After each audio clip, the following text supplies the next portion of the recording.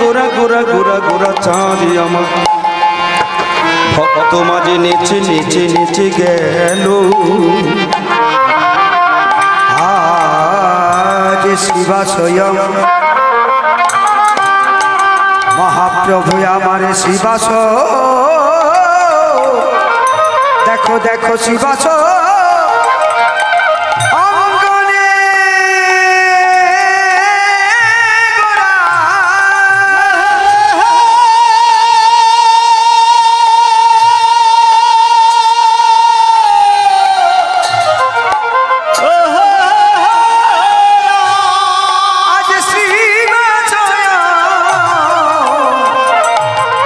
প্রভু আমার শিবা স্বয়ং গণ মাঝে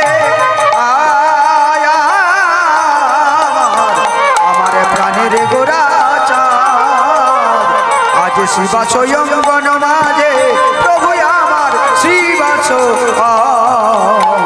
গণ মাঝে, দেখো শিবা স্বয়ং গণ মাঝে। আজ শিবা স্বয়ং নদিয়ার শিবা শিবা শিবা গণে গণনা আমারে প্রভু নেচে নেচে গেল। দেখো দেখো জীবী আজ শিবা স্বয়ং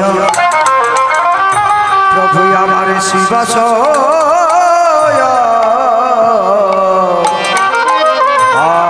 গণে নাচে। আজ নিচে করয়ে ও কীর্তন সংকীর্তন রে প্রভু আমার করয়ে সংকীর্তন সংকীর্তন রে। ওই না নদিয়ার আজ নদিয়ার ভক্ত যত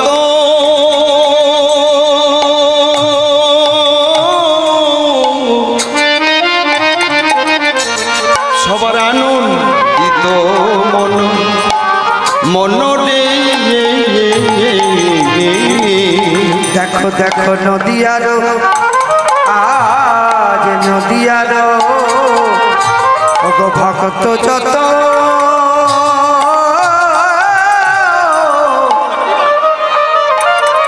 সবার আনন্দিত মন আজ মনরে। ওই তো প্রভু নাচিছে, ওই তো প্রভু নাচিছে, ওই তো গোরা নাচিছে, আমার ওই তো গোরা নাচিছে। গো শিবা স্বয়ং গণ মাঝে প্রাণের গোরা নাচিছে। শিবা স্বয়ং গণ মাঝে প্রাণের গোরা নাচিছে। ভক্তগণ করি সঙ্গে প্রাণের গোরা নাচিছে। ভক্তগণ করি সঙ্গে প্রাণের গোরা নাচিছে। তোমরা দেখে নাও দেখে নাও, তোমরা দেখে নাও দেখে নাও, কিতাব জ্বালা দূরে যাবে ভোজে মজে দেখে নাও। কিতাবে জ্বালা দূরে যাবে ভোজে মজে দেখে নাও। ভক্তগণ করি সঙ্গে ওই তো প্রভু নাচিছে।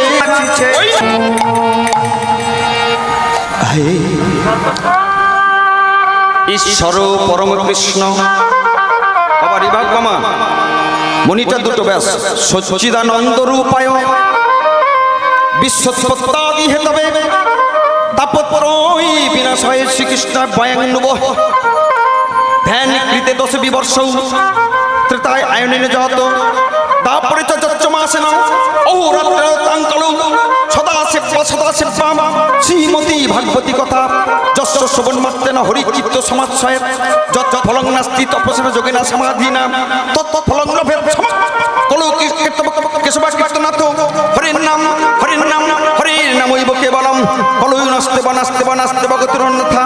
তুমি আমার মাতা তমেব মাতা চ পিতা চ তমেব তমেব বন্ধুশ্চ সখা তমেব তমেব বিদ্যা দ্রবিণং তমেব। তুমি আমার মাতা, তুমি আমার পিতা, তুমি আমার বন্ধু, তুমি আমার আত্মীয়, তুমি আমার পরিজন, তুমি দিও চেয়েছো তাই পেয়েছি, তুমি দেখিয়েছো তাই দেখেছি, তুমি শ্বাস প্রশ্বাস নিতে সাহায্য করেছো তাই নিচ্ছি, তুমি বাঁচিয়ে রেখেছো বলে বেঁচে আছি, তুমি ফোটাও বলে ফুল ফোটে, তুমি বাতাস বহাও বলে তাই বাতাস বয়, তুমি সূর্যকে ওঠাও তাই সূর্য ওঠে, তুমি চন্দ্রকে তাই ওঠাও বলে তাই চন্দ্র ওঠে। হে জগদীশ্বর জগৎপতি ভগবান, তোমার চরণে দেবার বলতে কিছু নাই, সত্যা ভালোবাসা চোখের জল দিয়ে কাঁদতে কাঁদতে তোমার চরণে পুষ্প বেল পাতা তুলসী পাতা দিয়ে আমরা যেন তোমার লোকে তোমার সঙ্গে মিশে যেতে। ওগো দয়াময়,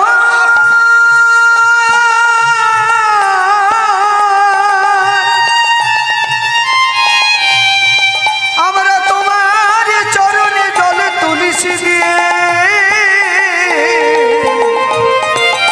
আমরা যেন তোমার লোকে চলে যেতে পারি।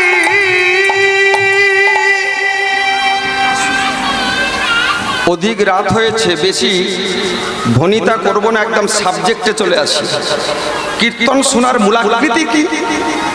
এক কথা, কীর্তন শ্রবণ, ধর্মের পথে থাকা, যে যার বাড়িতে ঠাকুর পূজা আরাধনা, লক্ষ্মী হোক, কালী হোক, দুর্গা হোক, শীতলা হোক, সুখে থাক, ভালো করে পড়াশোনা করবি, ডাক্তার হবি। নিতাই গৌর প্রেমানন্দ হরি হরি বল, হরি বল।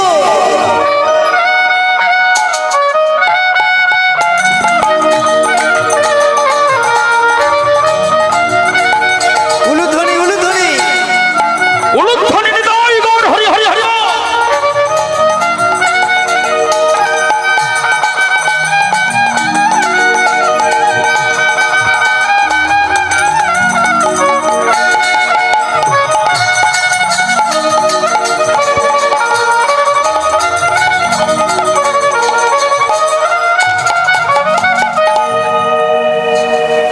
মনুষ্য জীবনে পেয়েছি, হাত পেয়েছি, চোখ পেয়েছি, বদন পেয়েছি, পঞ্চভূতের খ্যাতি অবতেজ মরুদ্গম পঞ্চভূতে দেহ পেয়েছি। এই দেহটা তাকে প্রশ্ন করো, তুমি মানুষ, সবার উপরে মানুষ সত্য, তাহার উপরে নাই। তুমি তোমাকে নিজেকে প্রশ্ন করো, তুমি কোথা থেকে এসেছো, কোথায় তুমি যাবে? একটাই উত্তর আছে, কোথা থেকে এসেছে বলতে পারবো না, কোথায় যাব সেটা আমার জানা নাই, কিন্তু বাবু জানে, বাবা জানেন। যারা ভজন সাধন করেন তারা জানেন আমি কোথায় ফিরব। জং জং বাপি শরণং ভবম তেজন্তে কলবরম তং তং এবতিকন্তু তদ্ভববিতম। যাবার সময় যে ভক্তের যে ভাব উদয় হয়, শ্রী গীতা বলছে 700 শ্লোকের মধ্যে, যার যেমন মরার আগে মুহূর্ত যে ভাব উদয় হবে, সে ব্যক্তি সেই জনিতে চলে যাবে। ভগবান সব সহ্য করে, কিন্তু ইয়ার্কি করলে, অহংকার করলে, ভগবানকে ছোট করলে কোনোদিন তোমার হাতে হাতে ফল পেতে হবে, পেতে হবে, পেতে হবেই হবে। তোমার 50টা গুণ আছে, পশু পাখি জন্তু জানোয়ারের 40টা গুণ আছে, দৈত্যদের 55টা গুণ আছে, মানুষের চেয়ে 5টা বেশি, দেবতাদের আছে তার চেয়ে 5টা বেশি, 60টা গুণ, আর ভগবানের 64 গুণ সম্পন্ন ভগবান। তিনি বলায় বলে বলি, দেখায় বলে দেখি, চলায় বলে চলি। অহংকার করে আমরা যতই বলি, ঘরে বসে দিই পাহারা, ঘরের মালিক আমি নই, করি শুধু খবরদারি, আমার ভেবে মজে রই, 3 অবধি কইছে শুধু চাই চাই চাই। একদিন ভেবে একা বসে দেখেছিস মন, এ সংসারে তোর বলতে কিচ্ছু নাই, কিচ্ছু নাই, কিচ্ছু নাই। নিজেকে প্রশ্ন করো, তুমি কোথা থেকে এসেছো জানি না, কোথায় যাবে? যারা ভজন সাধন করে না তারা বলতে পারবে না, কিন্তু যারা ভজন সাধন করে তারা বলতে পারবে আমি কোথায় যাব। এ জন্মে তার পরীক্ষা, তুমি পরবর্তী জন্মে আত্মা নৈনং ছিন্দন্তি শস্যানি নৈনং দহতি পাবক নচনম কেদন্তে পনসসুই তোমার। আত্মার কোনো ছেদ নেই, আত্মাকে কোনোদিন আগুনে পোড়ানো যায় না, আত্মাকে কোনোদিন অস্ত্র বা শস্ত্রের দ্বারা ছেদন করা যায় না, জলে দ্রবীভূত করা যায় না, বাতাসে শুকনো করার কোনো প্রবৃত্তি ইচ্ছা থাকলে আপনি সেটা ভুল হয়ে যাবে। নৈনং ছিন্দন্তি শস্ত্রানি নৈনং দহতি পাবক নচনম কেদন্তে পনসসুই তোমার। কোথায় বসে আছে সেই আত্মারূপী ভগবান? আস্তে এখানটায় হাত দিন, ঢিপ ঢিপ ঢিপ ঢিপ ঢিপ ঢিপ ঢিপ ঢিপ ঢিপ ঢিপ। ভগবান বললেন তুই সারাদিন কর্ম করিস, অফিসে তোর সঙ্গে সহযোগিতা করি, আমি থাকি বলে তুই কাজ করতে পারিস। সারাদিন কাজ করার পরে তুই 5টার ট্রেনে ঘরে ফিরবি, 5টার ট্রেনে ঘরে ফেরার পরে তুই ডিনার করছিস, আমি তোর সাথে আছি। রাত 9টা সাড়ে 9টা তুই খাবার খেলি, খাবার খেলি, তোর সাথে আমি আছি। তুই 9টা থেকে তুই 9টার সময় ঘুমিয়ে পড়লি বা 10টা ঘুমিয়ে পড়লি, সঙ্গে সঙ্গে যদি তোর সাথে আমি ঘুমিয়ে পড়তাম, ভালো করে বিশ্লেষণ করবেন মা। ভগবান বললেন তুই যে 9টায় বা 10টায় ঘুমালি, সারাদিন কাজ করে সারাদিন তোর সঙ্গে সঙ্গ দিলাম, খাবার খেলি সঙ্গ দিলাম, বেড়ালি সঙ্গ দিলাম, চাকরি করলি সঙ্গ দিলাম, তুই 10:30 11টায় ঘুমিয়ে পড়লি, আমি কিন্তু জেগে আছি।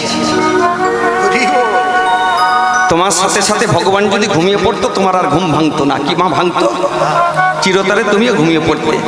তাহলে ভগবান বললে তোর ছুটি আছে, তোর বিশ্রাম আছে, কিন্তু ভগবান ঢিপ ঢিপ ঢিপ সারা দিন রাত তোমার ঘরটাকে পাহারা দিচ্ছে, সেই জন্য তোমার কোনো বিপদ হয় না। পিছনে একদম কেউ কথা বলবি না, কথা বলার দরকার হলে সেই বাজারের দিকে চলে যা, যে কজন ভক্ত আছে শান্তিতে কীর্তন শুনতে দে।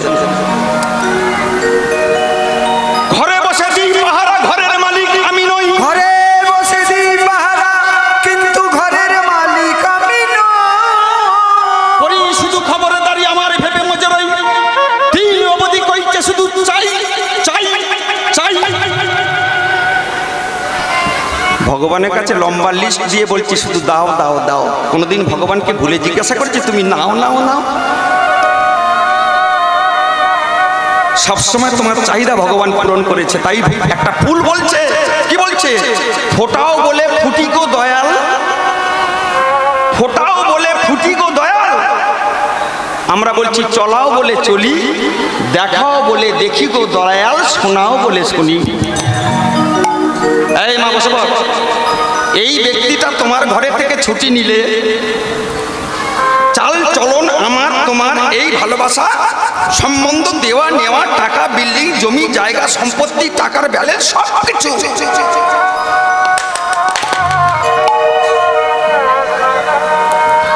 সেই জন্য ভগবান বললেন 11টা মাস আমার প্রিয় নয়, একটা মাস আমার প্রিয়। 12 মাসে বছর, বৈশাখ জ্যৈষ্ঠ আষাঢ় শ্রাবণ ভাদ্র আশ্বিন কার্তিক অগ্রহায়ণ পৌষ মাঘ ফাল্গুন চৈত্র বৈশাখ। লিখুন, খাতা পেন বের করুন।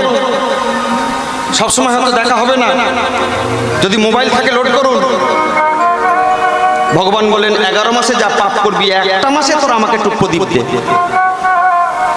ভগবান বললেন একটা মোমবাতি তুই জ্বেলে দে আমাকে। ভগবান বললেন তুই একটু ভোরবেলা স্নান কর, একটা তুলসী পাতা তুলে আমার চন্দন গজে আমার চরণে তুই দে। 11 মাসে তুই যদি কোনো পাপ করে থাকিস, পাপ আমরা করি মা, জেনে পাপ করি, অজানে পাপ করি। জেনে পাপ, গুরুজন বসে আছে সম্মান দিলাম না, গালিগালাজ করছি, খিস্তি করছি, চা দোকানে আড্ডা মারছি, সিগারেট ফোঁকাচ্ছি, অমুক করছি, খৈনি গুটকা সব চলছে। সামনে দিয়ে যে একটা বাবা দুঃখ পাচ্ছে, দেখ সিগারেটটা খাচ্ছে, ওর ধোঁয়াটাও তার, কিন্তু মুখের দিকে আমার ধোঁয়াটা ছেড়ে দিল, অন্যায়। বসার জ্ঞান থাকলে উঠে যেতে হয় না, আর বসার জ্ঞান না থাকলে উঠে যেতে হয় মা। এই 11 মাসে কে কি অন্যায় করি আমরা জানি না। একটা পথ চলতে গেলে একটা পিপিলিকা তোমার পায়ের নিচে দংশন হয়ে মারা গেল, পিঁপড়ের মধ্যেও প্রাণ আছে, তোমার মধ্যেও আছে প্রাণ। তাহলে সেই পিঁপড়ে যদি প্রশ্ন করে তুই আমায় মারলি কেন, উত্তর নাই। চাষারা চাষ করতে গিয়ে কত কীট পতঙ্গ দংশন করছে, অর্থাৎ মেরে ফেলছে। আসতে আয় মা সরে যা, কীট পতঙ্গ মেরে যাচ্ছে, মেরে দিচ্ছে। তাহলে সেই সব কীট পতঙ্গ কোনো কাস্তের সাহায্যে কাটা পড়ে যাচ্ছে, নাড়াঘরের ভেতরে লুকিয়ে আছে, পদদলিত হয়ে মারা যাচ্ছে। এই সমস্ত জীবের মধ্যে মেরেছে, সেটা একটা অপরাধ। একটা যে সবজি খাচ্ছি, সেই সবজিটা তোমাকে সেবা করছে। যে মাছ খাচ্ছি, মাছটা তোমাকে সেবা করছে। একটা ধান খাচ্ছি, সেই ধানের মধ্যে প্রাণ ছিল, সেটা তোমার সেবা করছে। সবজি তোমাকে সেবা করছে।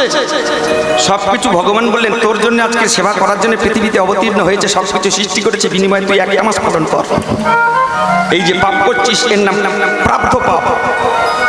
প্রাপ্ত পাপ আর অপ্রাপ্ত পাপ। অপ্রাপ্ত মানে না জেনে, আর প্রাপ্ত মানে জেনে। যেমন আমার ছেলে অন্যায় করলো না, তাকে আমি গার্জেন বলে ঠাস ঠাস করে চাপড় মারছি, ব্যাস। মা বলছে আমি হরিনাম শুনতে যাবো, স্বামী বলছে ঘুমিয়ে পড়ো। মা বলছে আমি একাদশীর ব্রত করবো, উত্থানয়িক একাদশী করবো। তোমরা যা খাচ্ছ খাও, অসুবিধা নাই বলে, ওসব করতে হবে না। অন্যায়। ধর্মের পথে যে যায় তাকে যেতে দিতে হয়। মনুষ্য জীবন তুমি এসেছো একা, সম্বন্ধ আসার মানে এই স্টেজের মধ্যে অভিনয় করতে হয়তো তোমার সম্বন্ধ হয়েছে, কিন্তু সম্বন্ধ আগে থেকে ছিল না, এখন হয়েছে। তাহলে যে ধর্মের পথে যাবে তাকে বাধা দেওয়া মানে অপরাধ। গুরুকরণ করিনি, অখাদ্য কুখাদ্য খাচ্ছি, এই সমস্ত অপরাধ। না জেনে অপ্রাধ্য, জেনে প্রাধ্য। সেই জেনে পাপ করলে একটা মাসে তুমি যদি কার্তিকী ব্রত করো, সেই কার্তিকী ব্রত শাস্ত্র বলছে 1000 গুণ ফল পাওয়া যায়। এটা কি মাস চলছে? কার্তিক মাস। 6 তারিখ শেষ, কালকের কি? পয়লা অঘ্রাণ। তাহলে সংক্রান্তি গতকাল চলে গেছে একটা দিন, ভালো দিন। যারা কার্তিকী ব্রত করেছিলেন তাদের জন্য বলছি, এবছর চলে গেল, মা গন্ডগোল করিস না, ভালো করে কথাগুলো শোন, ওইখানটা গ্যাঞ্জাম হচ্ছে বড়। একদম নিট অ্যান্ড ক্লিন ভাবে শুনেন। কেউ পূর্ণিমা পালন করেছে, কেউ 1 তারিখ থেকে আজ পর্যন্ত পালন করেছে, কেউ একাদশী টু একাদশী পালন করেছে। কোনটা ঠিক লিখে নাও। ব্রহ্ম বৈবর্ত পুরাণ। কি পুরাণ? ব্রহ্ম বৈবর্ত পুরাণে উত্তরখণ্ড দেখে নেবে। 3টে সিদ্ধান্তের মধ্যে তোমার সঠিক সিদ্ধান্ত ওই একাদশী থেকে উত্থানয়িক একাদশী পর্যন্ত, ওটাই কার্তিকী ব্রত। এবছর যারা করেছেন পূর্ণিমা মানে কোজাগরী লক্ষ্মী পূর্ণিমা থেকে আজকের গতকাল পর্যন্ত এই যে রাস পূর্ণিমা পর্যন্ত পালন করেছেন, এটা কিন্তু সঠিক সিদ্ধান্ত নয়, এবং আজকের দিনটা তো নয়। তাহলে এবছর যা ভুল হয়ে গেছে, তাহলে কি ভুল করেছি না? জানতেন না, করে ফেলেছেন। গত বছর একাদশী থেকে উত্থানয়িক একাদশী পর্যন্ত যে 1 মাস, সেটাই হলো কার্তিক মাস, ব্রতের পালনের মাস, নিয়ম সেবার মাস, নিয়ম করে ভগবানকে সেবা করে পূজা করে এই 11 মাস অন্যায় করেছি, সেটা খণ্ডন করার মাস, এটাই হলো কার্তিকী ব্রত। কেন? এইবার শাস্ত্রে আসি মা। এতক্ষণ বক বক করলাম, কথা বলেছেন অনেকে, আর বলবেন না, একদম চুপচাপ আমার কথাগুলো কান খুলে শুনে নেন। আচ্ছা, রাধারানীর বাবার নাম কি? বৃষভানু। বৃষভানুরা 3 ভাই ছিলেন, বৃষভানু, চন্দ্রভানু, সুভানু। যেমন অনেকে 3 ভাই আছে, 2 ভাই আছে, 1 ভাই আছে, 5 ভাই আছে। তাহলে রাধারানী তার বাবা কাকা জাটা মিলে 3 জন। রাধারানীর বাবার নাম ছিল বৃষভানু। আচ্ছা, বৃষভানু রাধারানীকে কিভাবে পেয়েছে? যদি প্রশ্ন করে উত্তর হবে কেন পদ্ম ফুল দিয়ে কেঁদে কেঁদে যাচ্ছিল। জলের বিপরীতে রাধারানী ভেসে চলেছে, জলের অনুকূলে নয়, প্রতিকূলে। কেন? রাধারানী বলল, জল আমার থেকে সৃষ্টি, জলকে আমি যা বলবো জল তাই শুনবে। বিশ্ব ব্রহ্মাণ্ডের মালিক কৃষ্ণ, সেই কৃষ্ণ বলছে, অভেদ রাধা কৈশোর কানু তপ্ত হেম পুরাতনু। রাধা কৃষ্ণের ভেদাভেদ নাই, কৃষ্ণ রাধা সব এক। তাহলে রাধার সত্তা কৃষ্ণের সত্তা যদি এক হয়ে থাকে, সেই কৃষ্ণ বলো রাধা বলো, তার অঙ্গুলি হেলনে সমস্ত সৃষ্টি স্থিতি প্রলয় ঘটে যায়। সেই রাধা বললেন, আমার অনুকূলে আমার প্রতিকূলে আমি যা বলবো সেই বাড়ি মানে জল তাকে শুনতে বাধ্য। এইবারে আসি, খুব ভালো করে শুনবেন। বৃষভানু, তার স্ত্রীর নাম কি? কীর্তিদা। কীর্তিদা। কার্তিক মাসটা কেন এত গুরুত্ব, ভালো করে লক্ষ্য করুন।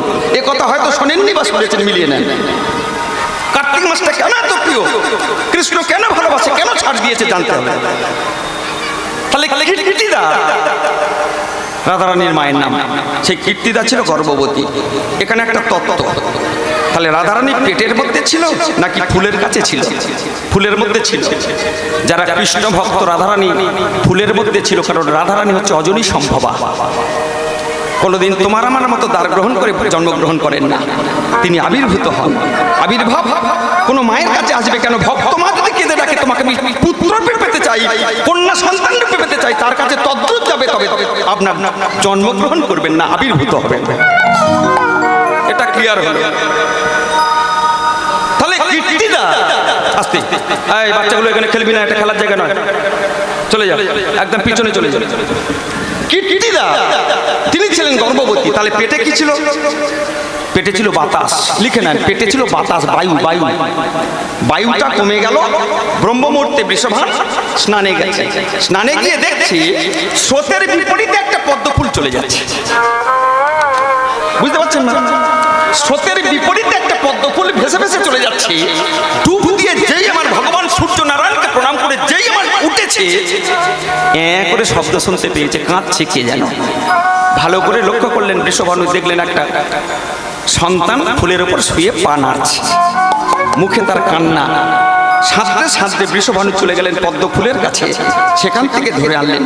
এইবার বলি, সেই পদ্ম ফুলটা ছেড়েছে কে? পদ্ম ফুল ছেড়েছে বিন্ধ্যাচল পর্বত। কেন? কংস রাজা হুকুমনামা জারি করেছে, যার ঘরে কন্যা হোক কিংবা শিশু সন্তান পুত্র হোক, দেখলেই মেরে ফেলবো। সেই বিন্ধ্যাচল পর্বত কেঁদে কেঁদে বলেছিল, আমার যেন একটা কন্যা সন্তান হয়, এই পৃথিবীর মধ্যে শ্রেষ্ঠ, যে কিনা কৃষ্ণের বর হবে, কৃষ্ণ হবে তার বর। এবার বলবেন, বাবা এটা উল্টো বললে, কৃষ্ণের সাথে রাধারানীর বিয়ে হয়নি তো? বলে হয়েছে। তার পৌরোহিত্য কে করেছিল জানেন? ভান্ডির বনে, বৃন্দাবনে 12টা বনের মধ্যে ভান্ডির বনে বিয়ে হয়েছিল। তার পৌরোহিত্য করেছিল স্বয়ং ব্রহ্মা। স্বয়ং ব্রহ্মা এই পৌরোহিত্য করে রাধাকৃষ্ণের বিবাহ দিয়েছিল। এটা কিন্তু অনেকের অজানা। কথা বলবেন না, জিনিস বুঝতে পারবেন না। সেই বিন্ধ্যাচল পর্বত কংসের অত্যাচার থেকে বাঁচানোর জন্য শিশু সন্তানকে, কন্যা সন্তানকে পদ্ম ফুলের উপরে ভাসিয়ে দিয়ে কেঁদে কেঁদে বলেছিল, আমি তোকে স্থান দিতে পারলাম না, মান দিতে পারলাম না। ওরে ওরে খুকি রে, তুই ভাসতে ভাসতে কোথায় যাবি জানি না। হে সূর্য নারায়ণ, তুমি হলে শক্তি দাও, সামর্থ্য দাও, এ যেন একটা ভালো জায়গায় পৌঁছতে পারে। তাই রাধারানী ভাসতে ভাসতে ভাসতে ভাসতে, স্রোতের অনুকূলে নয় প্রতিকূলে ভাসতে ভাসতে গিয়ে আমার ঠেলে উঠলেন বৃষভানুর কাছে। বৃষভানু সাঁতরে গিয়ে যখন পদ্ম ফুলটা কাছে এনেছে, দেখছে মিচিমিচি হাসছে। রাধারানী আবির্ভূত হলো, আর কীর্তিদার পেটে ছিল বাতাস, সেই বাতাসটা কমে গেল। আর কোলে করে নিয়ে স্বামী আমার কীর্তিদার তার কোলের কাছে শুয়ে দিয়ে বলল, এটাই হলো তোমার সন্তান। এইবারে বৃন্দাবনে পরিক্রমায় অনেকে গিয়েছিলেন। রাধারানীর বাবার বাড়ি হচ্ছে বর্ষানা, সেখানে সবসময় রাধে রাধে রাধে রাধে রাধে রাধে। সেই বর্ষানার প্রত্যেকটা ব্যক্তি জানলো, ভক্ত জানলো যে কীর্তিদা একটা সুন্দর পুত্রী সন্তান জন্ম দিয়েছে। সেই পুত্রী সন্তানটাকে নিয়ে সবাই আনন্দ আপ্যায়ন করতে লাগলো এবং সাত করে নাম দিয়েছিল। কি বলুন তো? রাধারানী। কিন্তু সাত করে একটা নাম ছিল, সেই নামটা কার্তিক মাসের নাম। ভালো করে কান খুলে শুনবেন, ভুল করবেন না। মা বস, চুপচাপ বস। সেই কীর্তিদা নাম অনুসারে যে মেয়েটা আসলো, অর্থাৎ রাধারানী, তার নাম আসল, কিন্তু তার আদরের নাম ছিল একটা। যেমন আমরা গ্রাম বাংলার লোক যদি গোপাল নাম রাখি, কিন্তু একটা আদরের নাম থাকে, নাট বল্টু, পল্টু, নন্টে ফন্টে, বাপি, মানা, সোনা, হেনা, ধানা, এইসব হয়। তার নাম রাধারানী, কিন্তু আদরের নাম ছিল কি? কীর্তিদার নাম অনুসারে নাম রেখেছিল কীর্তিকা। সেই কীর্তিকা থেকে এসেছে কার্তিক। মনে থাকবে, লিখে নেন। রাধারানীর নাম ভালো রাধারানী, কিন্তু বৃষভানু এবং কীর্তিদার নাম অনুসারে তার কন্যা সন্তান হয়েছে বলে এই মনে করে তার নাম রেখেছিল কীর্তিকা। আছে কীর্তিকা থেকে হলো তার নাম কার্তিক। তাহলে ভগবান কৃষ্ণ সবচেয়ে ভালোবাসে কাকে? মা রাধারানীকে। তাহলে রাধারানী, তার নাম যদি আদরের নাম কার্তিক হয়ে থাকে বা কীর্তিকা হয়ে থাকে, সেই নামটা অনুসারে কার্তিক মাসকে ভগবান গোবিন্দ বললেন, 12 মাসের মধ্যে সবচেয়ে আমার মাস প্রিয় হলো কার্তিক মাস। কার্তিক মাস, কার্তিক মাস। নিতাই গর্বানন্দ হইব। এই কার্তিক মাস যারা নিয়ম করে পালন করবেন, তাদেরকে আমি 1000 অশ্বমেধ যজ্ঞের ফল দিয়ে থাকি। কে বলল? স্বয়ং কৃষ্ণ। কারণ আমার প্রিয়া, আমার লাদিনী শক্তি স্বরূপিণী শ্রীমতী রাধারানী, তার ব্রত, তার নামে নাম এই কার্তিক মাস। একটা বছর আমরা ফেলে চলে যাচ্ছি। সেই কার্তিক মাসে একদম সস্তায় কি? একটু দীপদান। 2 নম্বর কি? একটু ভোরবেলা স্নান। 3 নম্বর কি? তুলসীকে সেবা। তুলসী সেবা মানে তুলসী পাতা তুলে যাবে, খেয়ে ফেলবেন না। সেবা বলতে অনেকে বোঝেন খাওয়া দাওয়া বুঝি। তুলসীকে সেবা মানে কুয়াশার হাত থেকে বাঁচাতে হবে, রোদ্দুর পড়লে ছায়ায় তুলে রাখতে হবে, তাকে একটু মঞ্জুরি হলো কেটে দিয়ে সুন্দর করে সার দিয়ে একটু জল টল দিতে হবে, তাকে একটা বেষ্টনী দিতে হবে এবং প্রণাম করতে হবে। প্রণাম মন্ত্র নম বৃন্দাবৈ তুলসী দেব্যৈ প্রিয়ায় কেশবাচ্চ কৃষ্ণ ভক্ত পদে দেবী সত্যবতী নমো নমঃ। নমো নমো তুলসী কৃষ্ণ প্রেষ্ঠে সন্ধ্যাবেলা একটু আরতি করতে হবে। আরতি করে নিয়ে একটু ধূপ দিবাদি দিয়ে সেই তুলসী তলা মাটি নিয়ে একটু কপালে এদিক ওদিক দাদর সঙ্গে তিলকান্নি করবেন। করে নিয়ে প্রত্যেকটা মুহূর্তে ভগবানকে গাইবেন, ভগবানকে ডাকবেন, ভগবানকে বলবেন, ঠাকুর মাধব কে কলিযুগে যে গৌর হরি, আজকের তিনি এসেছেন আমার ঠাকুর, প্রেমের দয়া, প্রেমের দয়া গৌর হরি। উলুধ্বনি উলুধ্বনি উলুধ্বনি হরি। তিন ভুবনে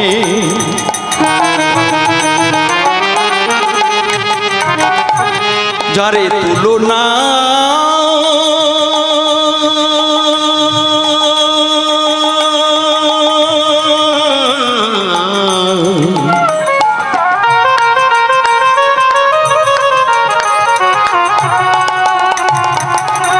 দে পারো নাই রে তুলনা দে পারো নাই আমার প্রেমের দয়াল গৌর হরি উলুধ্বনি উলুধ্বনি হরিবল হরিবল হরিবল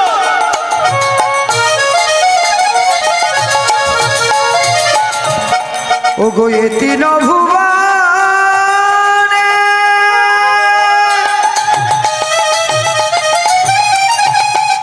যার তুলনা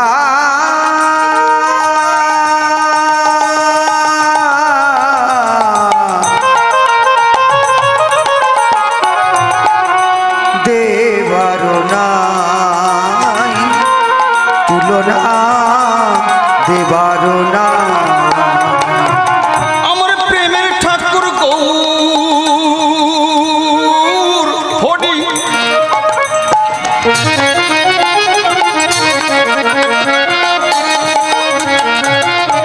এ তিন ভুবনে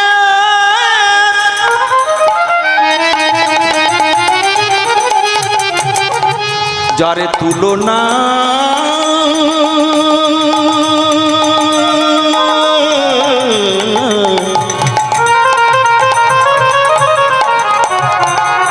দেবারো নাই তুলনা দেবারো নাই আমার প্রেমের দয়াল গৌর হরি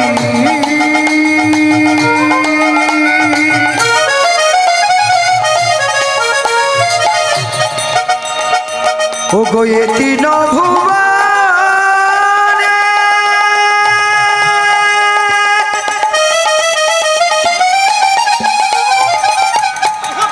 যার তুলনা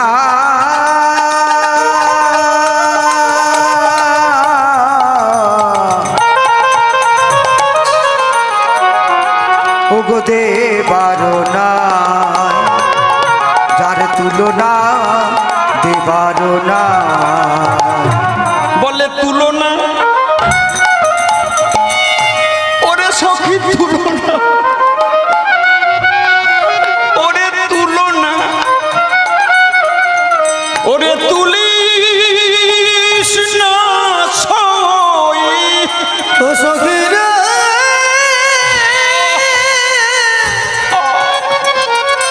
ও সখী রে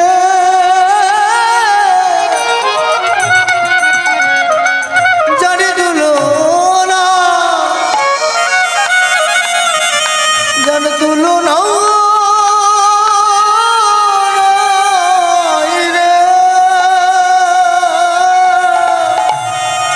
আজ হতভাগ্য জীবের লাগি কলিযুগে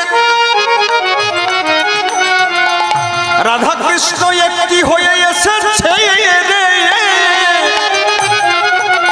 ওরে সখী হাতে ধরি তুই তুলনা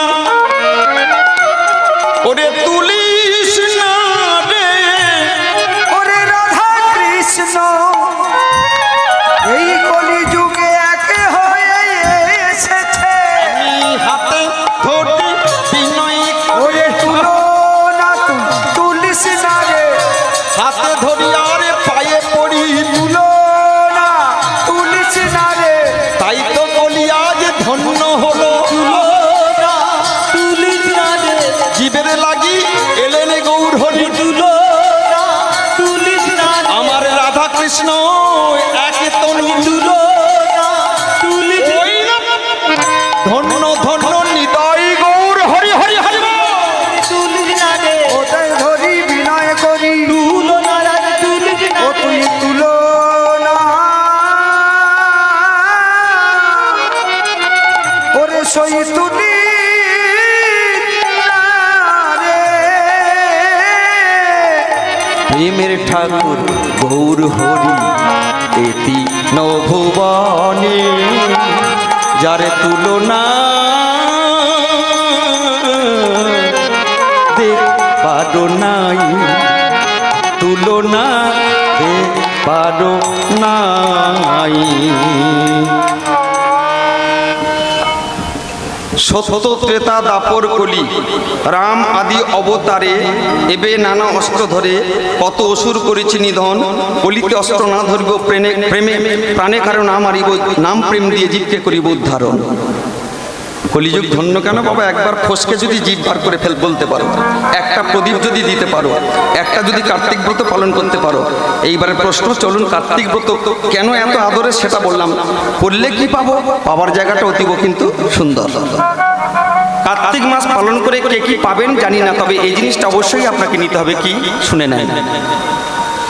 একদিন সত্যভামা প্রশ্ন করছে, কথা নয় একদম, সত্যভামা প্রশ্ন করছে, স্বামী আচ্ছা কৃষ্ণের বউ কটা জানেন? 16,108 জন।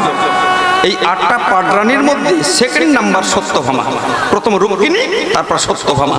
এই সত্যভামাকে খুব ভালোবাসত। একদিনই গলাটা জড়িয়ে ধরে কৃষ্ণকে সত্যভামা বলছে, দ্বারকাধীশ কৃষ্ণ, আচ্ছা তোমাকে আমি স্বামী রূপে কি করে পেলাম? জানার তো ইচ্ছা হয়।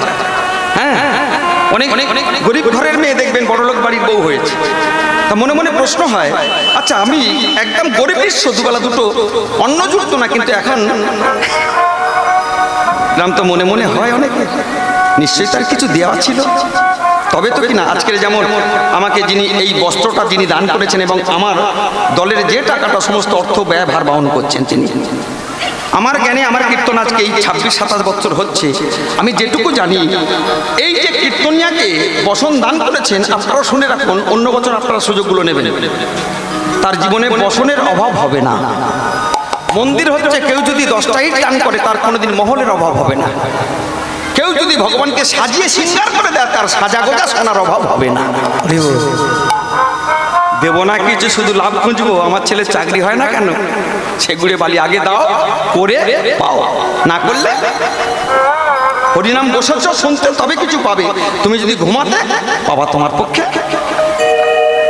তাই সত্যভামা জিজ্ঞাসা করছে, স্বামী গো তোমাকে আমি স্বামী রূপে পেলাম কি করে? বলে জানতে চাও সত্যভামা? তবে শোনো, তাহলে গল্পটা একটু বলি, ভালো করে কান খুলে শুনবেন, কেউ গন্ডগোল করবেন না। তুমি পুরাকালে তোমার বাড়ি ছিল হরিদ্বারে। হরিদ্বারে যারা যারা গেছেন তারা বোঝেন হরিদ্বারের সৌন্দর্য কতটা। স্বর্গ থেকে গঙ্গা নেমে এসে মর্তধামে প্রথম পদার্পণ করেছেন ঋষিকেশ, ঋষিকেশ থেকে হরিদ্বারে এসে পড়েছে। সেই হরিদ্বারের হরিপুর বলে একটা গ্রাম পুরাকালে ছিল, সেই গ্রামটা এখন শহরে পরিণত হয়েছে। সেই হরিপুর গ্রামেতে একটি ব্রাহ্মণ বাস করতেন, ব্রাহ্মণের নাম লিখে নেন দেব শর্মা। সেই দেব শর্মার একটিমাত্র কন্যা সন্তান ছিল যার নাম গুণবতী। কেউ ধনবতী, কেউ রূপবতী, কেউ গুণবতী। গুণ কেন? যার গুণ আছে ভরপুর তার নাম গুণ। কি গুণ? সদা সত্য কথা বলে। কি গুণ? তুলসী পাতা তোলে। কি গুণ? নারায়ণকে ডাকে। কি গুণ? যে চোখে জলে প্রভুকে ভজন সাধন করে। কি গুণ? গুরুজনের কথা শোনে। কি গুণ? মিথ্যা আশ্রয় ছেড়ে দিয়েছে। কি গুণ? সদা সত্য কথা, সৎ পথে চলে, সোজা পথে চলে। এই কটা গুণ থাকলে তোমার আর কিছু দরকার নাই। কোনোদিন কোনো হিংসা করবে না। হিংসা সম্পর্কে পরে কথা বলে দিচ্ছি। সেই গুণবতী প্রত্যেকটা মুহূর্ত ছোটবেলা থেকে বাবার কথা শুনতো এবং বাবা হরিনাম করতো। সেই হরিনামকে লক্ষ্য করে আসুন সবাই মিলে টুলুধ্বনি হরি বল, বলো হরি হরি, বলো হরি বল, বল হরি বল, বলো বলো বলো বলো বলো হরি বল, বলো হরি বল, নিতাই গৌর হরি বল, হরি বল, হরি বল, হরি বল।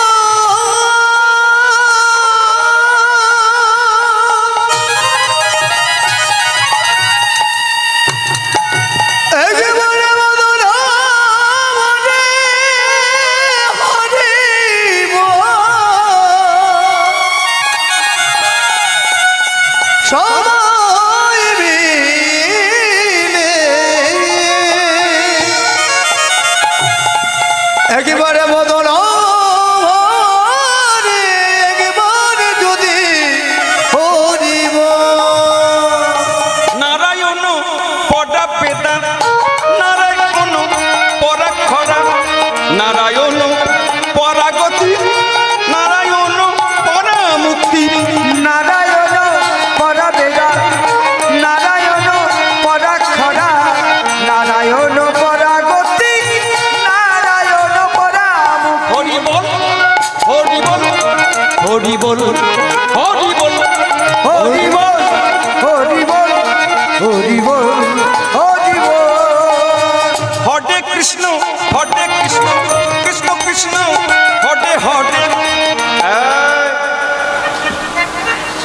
খুকি বলতো হরে রাম না হরে রাম?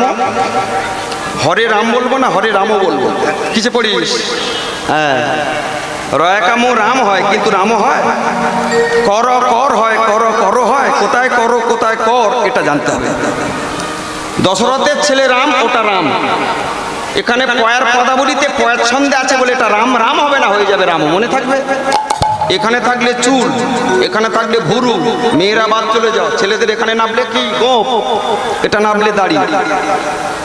তাহলে স্থান বিশেষে একই বস্তু নামগুলো আর বাংলা করে বলবো, বলতে হবে না? তাহলে পয়ার ছন্দে, এখানে কি পয়ার ছন্দে? দ্বিপদী ছন্দে, হরে কৃষ্ণ কৃষ্ণ কৃষ্ণ হরে হরে একটা দাঁড়ি, হরে রাম না হয়ে হরে রাম, হরে রাম রাম রাম হরে হরে দুটো। এই দুটো লাইন যখন দেয়া হলো দাঁড়ি, তখন একে বলা দ্বিপদী ছন্দ। ত্রিপদী ছন্দ আছে, চতুষ্পদী ছন্দ আছে, ভাগবত যারা পাঠ করে জানবেন তারা পড়তে পারে, আমি কিন্তু পারি না। যাই হোক, এই দ্বিপদী ছন্দে পয়ার ছন্দে তারকম নাম আছে বলে এটা হচ্ছে রাম না হয়ে রামও হবে। কিন্তু দশরথের ছেলে যদি রাম বলে নাম রাখতাম, তার নাম রাম হতো, রামও হতো না। তাহলে আপনারা বলবেন কি, ভুল করবেন না কি? হরে কৃষ্ণ কৃষ্ণ কৃষ্ণ কৃষ্ণ হরে হরে, হরে রাম হরে রাম রাম রাম হরে হরে, হরে কৃষ্ণ কৃষ্ণ কৃষ্ণ হরে হরে, হরে রাম রাম রাম হরে হরে। হরি বল হরি বল হরি বল হরি বল হরি বল হরি বল হরি বল হরি বল। যেখানে হরিনাম সেটাই বৃন্দাবন।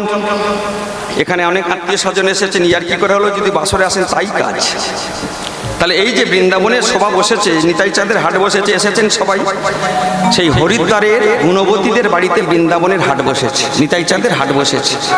সবাই মিলে আসে, যে আসে সে আর যায় না। বাবু এখানে থাকবি, তাহলে দীক্ষা দিতে হবে, হ্যাঁ, ফুল তোলা শিখতে হবে, তুলসী তোলা চয়ন মন্ত্র জানতে হবে, তুলসী তোলা লেপন মন্ত্র জানতে হবে, গো সেবা করতে হবে, মানে গরু দেখতে হবে, পুকুর থেকে জল আনতে হবে, মন্দির মার্জন করতে হবে, মন্দির ধৌত করতে হবে, মন্দিরে সেবা করতে হবে। মায়েদের বলি, হাতে পায়ে ধরে মদনপুর গ্রামে আর আসি কি আর না আসি, এই যে মন্দির মাঘ মাসে 27 তারিখ উদ্বোধন হবে, তারপর থেকে সংসারে সব কাজ করা আমার আপত্তি নাই, একটা বার করে হলো ভগবানকে দেখে অন্তত 1 টাকা প্রণামী বাক্সে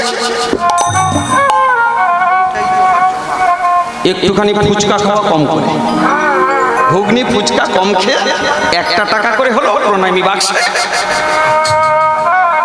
যদি পারো একটি মার্জন করবে, মানে নাতা দেবে, যদি পারো একটুখানি ভগবানকে মুছে দেবে, ভগবানকে একটু বস্ত্র দেবে, যদি পারো একটু রং, 3 রং দেবে, যদি পারো 2 গাড়ি পাথর দেবে, যারা যেমন দেবে তারা তেমন পাবে। ওরে বাবা, আপনি দেবেন আপনি পাবেন, আমি দেবো আমি পাবো, আমি কি দেবো সেটা আমি বলে দিয়েছি। তবে মনে মনে আছে, আমি আর গিন্নি জানি, 27 তারিখ আমার গান আছে শেরপুরে, সেখান থেকে গাড়ি করে আমার সম্প্রদায় এবং গিন্নিকে নিয়ে এসে দিয়ে যাব। না দিলে পাওয়া যায় না, পাওয়া যায় না। আসুন, তাহলে কি হচ্ছে, আমার আশ্রমেতে যারা আছে তারা ভর্তি হয়ে যায়, কেউ ফুল তোলে, কেউ মালা গাঁথে, কেউ আমার মার্জন করে, কেউ আমার গরু দেখে, কেউ আমার গুরুদেবে যার কাছে শিষ্যত্ব নিয়েছে সেই গুরু, মানে গুরুর নাম কি, নামটা মনে আছে তো, কি নাম? দেব শর্মা। সেই দেব শর্মা প্রত্যেকটা ভক্তকে সন্তানতুল্য মনে করে সবাইকে সেবা দেয়, আর দেব শর্মাকে সন্তানতুল্য মনে করে বাবা জ্ঞানে তাকে সেবা করে। এইভাবে চলছে, চলতে চলতে ওপর থেকে নেমে আসলেন একটা ছেলে, তার নাম চন্দ্র দত্ত। সত্যভামা কৃষ্ণকে স্বামী রূপে পেয়েছে, কারণ এটা শুনতে হবে মা, একদম গন্ডগোল নয়, বাচ্চারা চলে যায় দূরে, কেউ হট্টি চট্টি করবি নি, চুপচাপ কীর্তন আস্বাদক। ওপর থেকে হরিদ্বারের ওপরে কি আছে, কেদারনাথ, বদ্রীনাথ, গঙ্গোত্রী, যমুনেত্রী, কৈলাস।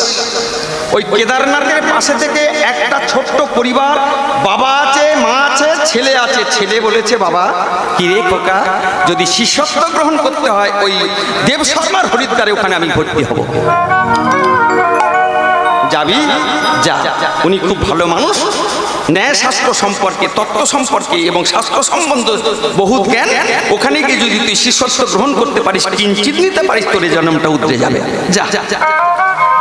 বাবা পাঠিয়ে দিল ছেলেকে। কে আসলো? তার নাম চন্দ্র দত্ত। কার কাছে আসলো? গুরুদেবের কাছে। তখন গুরুকরণ হয়নি। গুরুকরণ হবে। এই এসেছিস খোকা? হ্যাঁ। হরিদ্বারে ওই গঙ্গা স্নান করে আয়। স্নান যেই করে এসেছে সঙ্গে সঙ্গে নতুন বস্ত্র দিল, আমাকে যেমন বাবু আছে নতুন বস্ত্র দিয়েছে, নতুন বস্ত্র পরলো, পরে টরে নিয়ে এবার কি করছে, বাম দিকে বসেছে, তারে বসাইয়া বামে এবার মন্ত্র দিলাম কানে, তারে বসাইয়া বামে মন্ত্র দিলা কানে, বসাইও বামে এবার মন্ত্র দিলা কানে, তারে বসাইয়া বামে মন্ত্র দিলা কানে, জপ করো এই হরি নামে, এই মধুর নাম ধীরে ধীরে জপ করো এই কৃষ্ণ নামে, জপ করো এই কৃষ্ণ নাম, এই মধুর নাম রে তুমি জপ করো এই কৃষ্ণ নাম, এই নামের গুণে তুমি পাবে ব্রজেন্দ্র নন্দনে, ওগো এই নামের গুণে পাবে ব্রজেন্দ্র নন্দনে, যাবে তুমি মধুর বৃন্দাবনে, তুমি মিলে যাবে রাধা রানীর চরণে, তারে বসাইয়া বামে মন্ত্র দিলা কানে, জপে করো এই কৃষ্ণ নাম, মধুর নাম রে জপে করো এই কৃষ্ণ নাম। এখানে আপন করে ভাবি বলে আপন আপন কথা বলে যাচ্ছি, যাদের বয়স হয়েছে এখনো দীক্ষা নেননি দীক্ষাটা সেরে ফেলবেন। চন্দ্রদত্ত দীক্ষা নিল কার কাছ থেকে? দেব শর্মার কাছ থেকে। তাদের বাড়ি কি আছে? একটা মেয়ে আছে, মেয়েটার নাম কি? গুণবতী। গুণবতী দেখলো চন্দ্রদত্ত দেখতে খুব সুশ্রী সুন্দর, বাবার কাছ থেকে দীক্ষা নিয়েছে। আস্তে আস্তে 500-550 ভক্ত হয়ে গেল। 500-550 ভক্তের মধ্যে প্রত্যেক দিন গুরুদেবের কাছে গিয়ে ভক্তরা বলে, বাবু আমি তোমার প্রিয়। বলে হ্যাঁ। আরেকজন এসে বলছে, আমি তোমার সবচেয়ে পদসেবা করি, ফুল তুলে দিই, মাথা তেল মাখিয়ে দিই, গা মর্দন করে দিই, আমি তোমার প্রিয়। আরেকজন এসে বলছে আমি গরু দেখি, আরেকজন এসে বলছে আমি তুলসী পাতা তুলি, আরেকজন এসে বলছে আমি তোমার কি কম কিসের? 550 জন ভক্ত যদি সবসময় বলে আমি তোমার প্রিয়, আমি তোমার প্রিয়, গুরুদেব চিন্তা করছে আমি পরীক্ষা করব কি আমার প্রিয়। ঠিক আছে, ঠিক আছে, সবাই তোরা প্রিয়, পরে দেখা যাবে 1 নম্বর 2 নম্বর একদিন বলে দেবো কে আমার সবচেয়ে প্রিয়। এই বলে গুরুদেব একদিন রমা একাদশী করেছিলেন তো, সেই রমা একাদশীর দিন হঠাৎ ঘরের মধ্যে শুয়ে আছে। যে গুরুদেব প্রত্যেক দিন 3টের সময় ঘুম ভেঙে যায়, সেই 3টের সময় তার ঘুম ভাঙছে না। যখন ঘুম ভাঙছে না তখন 550 জন শিষ্য, তার মধ্যে চন্দ্রদত্ত আছে, সবে দীক্ষা নিয়েছে, নিয়ে সঙ্গে সঙ্গে সবাই মিলে ডাকছে গুরুদেব।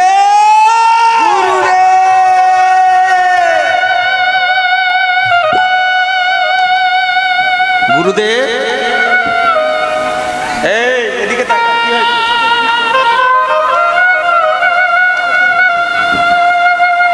গুরুদেব, এই গুরুদেব গুরুদেব বলে যখন চিৎকার চেঁচামেচি করছে, গুরুদেব ভেতরে কিন্তু শুয়ে আছে।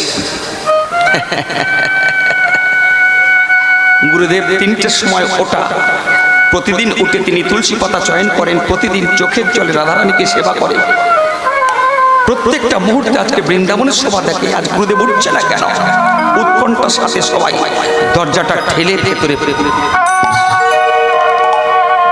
যেই ঠেলে প্রবেশ করেছে শিষ্যগণ সঙ্গে সঙ্গে দেখছে গুরুদেব বিছনা শুয়ে আছে। আহ বাবা তোরা এসেছিস? হ্যাঁ গুরুদেব। কি হয়েছে বলো তোমার?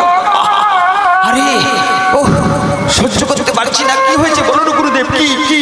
আপনার একটা চোখ তুলে দেবো, হৃৎপিণ্ড উপড়ে দেবো, দেহটা মিলিয়ে দেবো, দেহটা তোমার চরণে লাগিয়ে দেবো। তোমাকে সুস্থ হতে হবে, বলো। জীবনের বিনিময়ে জীবন দেবো, কিন্তু তোমার দুঃখ তোমার কষ্ট আমরা সহ্য করতে পারবো না। সঙ্গে সঙ্গে গুরুদেব বলছে, জানিস খোকা, মারাত্মক কিছু হয়নি, তবে একটা কিছু হয়েছে, তার জন্য উঠতে পারিনি। কি হয়েছে গুরুদেব?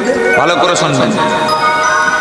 আমার পায়েতে ব্যথা ব্যথা করছিল হঠাৎ 2 দিন ধরে, এই 3 দিনের দিনে প্রকাশ পেয়েছে, উঠতে পারিনি একদম। তাই তোরা আজকে আমার কাছে এসেছিস, জানিস এই পায়ের ঠিক হাঁটু থেকে এই কোলভাগের এই পর্যন্ত মাঝ বরাবর এইখানটা একটা মারাত্মক পয়জন টাইপের, মানে পুঁজ রক্ত জমে একটা ফোঁড়া টাইপের হয়েছে।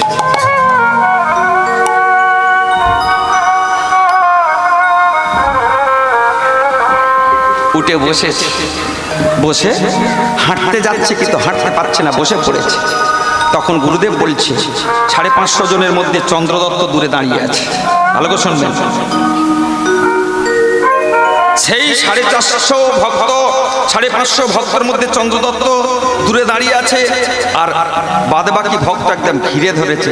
গুরুদেব কি করতে হবে বলো, তোমাকে সুস্থ হতে হবে। বলছে বেশি কিছু করতে হবে না বাবা, ওই ফোঁড়াটা একটু যে কোনো গাছের কাঁটা টাটা দিয়ে একটুখানি মুখটা করে নিয়ে ওখান দিয়ে যদি আমের রসের মতো যদি একবার টানিস, পুঁজ রক্ত টেনে যদি তুই ফেলে দিতে পারিস, তাহলে এটা হালকা হয়ে যাবে, আমি সুস্থ হয়ে যাব। ঠিক হ্যাঁ, এ বলে আমি টানবো, ও বলে তুই সরে যা, আমি টানবো, বলে তুই আমি টানবো, ও বলে তুই সরে যা, আমি টানবো। কাছে ছিল 550 জন চন্দ্রদত্ত বাদে, সবাই টানাটানি করবে। সেই সময় গুরুদেব হাসতে হাসতে বলছে বাবা, যে টানবে সে কিন্তু প্রাণে বাঁচবে না, মরে যাবে। আর থাকবে কেউ? চাচা আপন প্রাণ বাঁচা। গুরুদেব যেই বলেছে ফোঁড়া থেকে পুঁজ রক্ত যে টেনে ফেলবে সে কিন্তু প্রাণে বাঁচবে না, মরে যাবে। সবাই ফাঁকা হয়ে গেল, একজন দাঁড়িয়ে আছে। সে কে জানেন? চন্দ্রদত্ত, যে সবে দীক্ষা নিয়েছে। ভালো করে শুনবেন। সঙ্গে সঙ্গে গুটি গুটি পায়ে কাছে আসছে। যেই কাছে এসেছে তখন বলছে কি রে, তোর মরার পালক বুঝিয়েছে? হ্যাঁ হ্যাঁ গুরুদেব। বলে কেন? বলে আমি পুঁজ রক্ত টেনে তোমাকে সুস্থ করবো। বলে তুই যে মারা যাবি, বলে ওটা শুনেছি। তা তুই যে মরে যাবি তাহলে আমাকে তুই সেবা করবি কেন? তুমি আমার বাবা, আমাদের বাবা, অন্নদাতা, জন্মদাতা, শিক্ষাদাতা, দীক্ষাদাতা, জগৎপিতা, 5টা বাবা। তুমি আমাকে শিক্ষা দিয়েছো, দীক্ষা দিয়েছো, শিক্ষা দীক্ষা দুটো দিয়ে আমার কানটাকে ভরিয়ে দিয়েছো। তোমার আদর্শে আমি অন্ধকার থেকে আলোর পথে এসেছি। বাবা আমাকে পাঠিয়েছে তোমার কাছে গুরু দীক্ষা নিয়ে, আজকে তোমাকে গুরু জ্ঞানে আজকে সেদিন থেকে মনে ভেবেছি তুমি আমার জন্মদাতা পিতা না হলো তুমি আমার দীক্ষা শিক্ষাদাতা পিতা, তাই তুমি আমার বাবা, আমি তোমার ছেলে। ছেলে যদি বাবাকে সেবা করে মৃত্যুবরণ করে সেটা বীরের মতো হয়, যেটা রামচন্দ্র শিখিয়েছে। তাই আজকে বাবা তোমাকে সেবা করতে গিয়ে যদি আমার মৃত্যু হয়, আমি সেটা দয়াল গুরুদেব,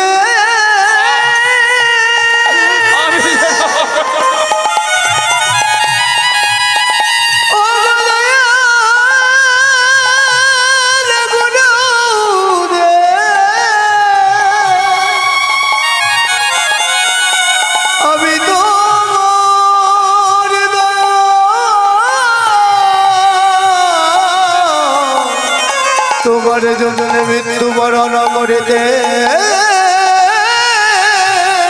পারি।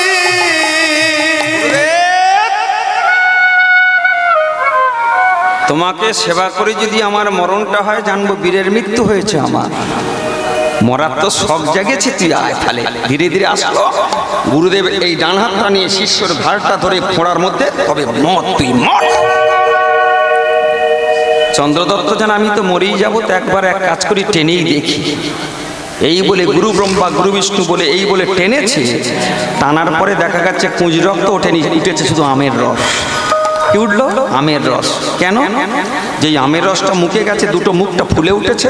বলে ঢোকমার। বলে গুরুদেব এ তো পুঁজ রক্ত নয়, আম পাচ্ছি। বলে ওরে বেটা দেখবি আমার ফোঁড়াটা কি, আমের জায়গায় আম পাবিনি, লেবুর জায়গায় লেবু পাবিনি, অমৃতের জায়গায় অমৃত পাবিনি, কি পাবি দেখবি? বলে হ্যাঁ দেখবো।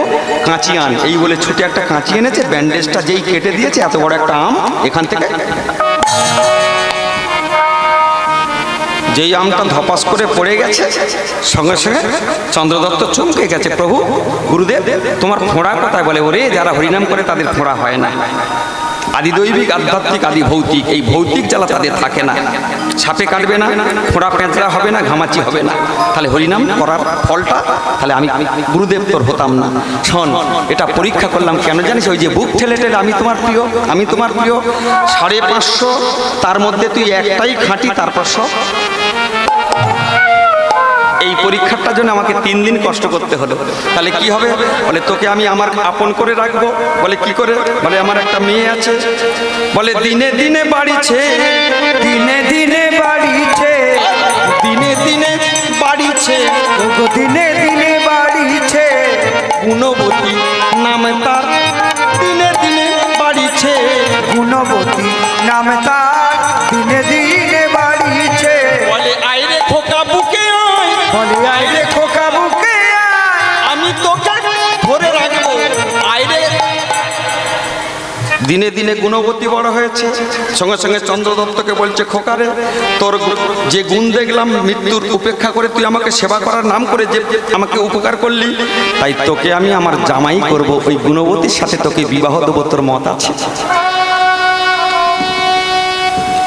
এখন হরিবল হরিবল, অনেকে বলে কপালে যদি সুখ থাকে, কপালটাও কিন্তু একটু পরীক্ষা করতে হয়, সুখ আছে কি দুঃখ আছে। যখন তখন যে কোনো জায়গা তো মেয়ে দেওয়া যায় না, পরীক্ষা করে উত্তীর্ণ হয়েছে, উত্তীর্ণ হওয়ার পরে সেই চন্দ্রদত্তকে বেঁচেছে জামাই করায়। সঙ্গে সঙ্গে বললেন, গুরুদেব আপনার কথা আমি গুণবতীকে গ্রহণ করব বটে, তবে আপনার ঘর জামাই থাকবো না, আমি আমার ঘরে চলে যাব। ঠিক আছে।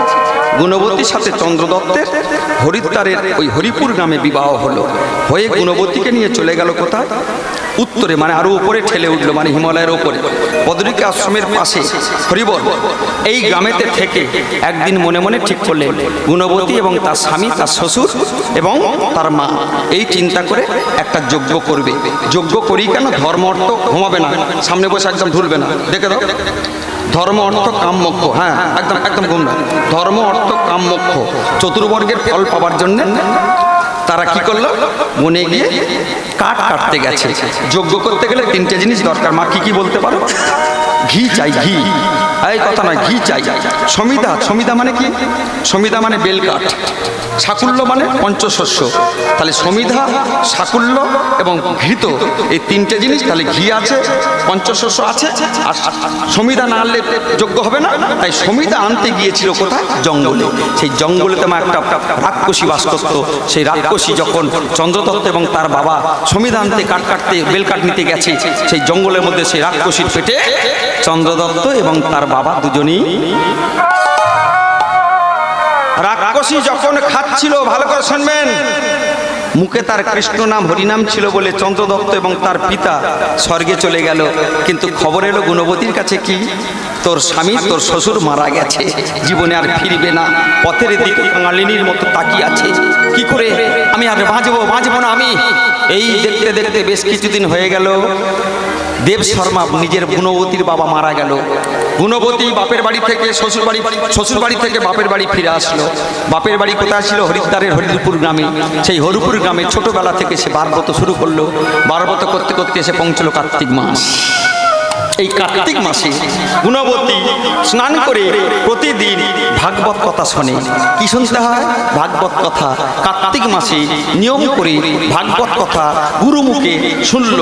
গুণবতী প্রতিদিন দীপদান করত, নিয়ম করে ভোরবেলা, নিয়ম করে সন্ধ্যাবেলা, নিয়ম করে তুলসী সেবা, নিয়ম করে হরিদ্বারের গঙ্গা স্নান, নিয়ম করে রাত্রি জাগরণ, নিয়ম করে সেবা। এই করতে করতে কার্তিক মাস পালন করতে করতে, একাদশী ব্রত পালন করতে করতে গুণবতীর বয়স হয়ে গেল। গুণবতী একদিন যখন বয়স্ক হয়ে গেছে, চলতে পারে না ঠিক মতো, এইবারে বারব্রত করতে করতে হরিদ্বারের জলে গঙ্গায় তটে যখন স্নান সেরে ওপরে ফিরছে, সঙ্গে সঙ্গে পা পিছলে পড়ে যাওয়া সঙ্গে সঙ্গে পিছলে গুণবতী মারা গেল। মারা যেতে ওপর থেকে পুষ্পক রথ এলো। পুষ্পক রথে সে গুণবতীকে রথে করে নিয়ে চলে যাচ্ছে। ছিল কুরূপা, হয়ে গেল সুরূপা। লক্ষ্মীর অংশধূতার মতো সুন্দরী নারী হয়ে স্বর্গে প্রবেশ করলো। প্রবেশ করার পরে কিছুদিন পরে তার গুণটা কমে গেল, ক্ষয় হয়ে গিয়ে ফের মর্তে জন্মগ্রহণ করলো। সেই মর্তে কার কাছে এসেছে বাবা? লিখে নেন, সত্রাজিৎ রাজার কাছে। সত্রাজিৎ রাজা, সত্যভামার পিতার নাম ছিল সত্রাজিৎ রাজা, তার নাম দিল তার বাবা সত্যভামা। তাহলে গুণবতী স্বর্গে গেল, ফের আবার মর্তে জন্ম নিল। মর্তে জন্ম নিয়ে তার নাম হলো সত্যভামা। তুমি জানো কেন আমাকে স্বামী রূপে পেয়েছ? তুমি ব্রত পালন করেছিলে। কি ব্রত? কার্তিকী ব্রত। তাহলে ভগবান কার্তিকী ব্রত করার পরে কৃষ্ণকে যদি স্বামী রূপে পাওয়া যায়, কোনো মা চান না যে কৃষ্ণ আমার স্বামী হোক? চান তো? যদি চান, এই কার্তিক ব্রত পালন করতেই হবে। সেই কার্তিক মাসের আজ শেষ, আগামী বছর আসছে, আবার পালন করবেন। পালন করে তারা একটু গুণগান করবেন, একটু হরিনাম করবেন। আসুন সবাই মিলে কি হরি হরায় নম কৃষ্ণ যাদবায় নম, হরি হরায় নম কৃষ্ণ যাদবায় নম। হরয়ে নম কৃষ্ণ যাদবাই নম হরি হরায় নম কৃষ্ণ যাদবায় নম যাদবাই মাধবাই কেশবাই নম যাদবাই মাধবায় কেশবায় নম যাদবাই মাধবাই কেশবাই নম যাদবাই মাধবায় কেশবায় নম কেশবাই নম হরি হরয়ে নম কৃষ্ণ যাদবাই নম হরি হরায় নম কৃষ্ণ যাদবায় নম গোপাল গোবিন্দ রাম শ্রীমধুসূদন গিরিধারী গোপীনাথ মদন মোহন আমার গোপাল গোবিন্দ রাম শ্রী মধুসূদন গিরিধারী গোপীনাথ মদন মোহন হরি বল হরি বল হরি বল ভাই হরি নাম ছাড়া জীবের আর গতি নাই একবার হরি বলো হরি বলো হরি বলো ভাই হরি নাম ছাড়া জীবের আর গতি নাই হরিদা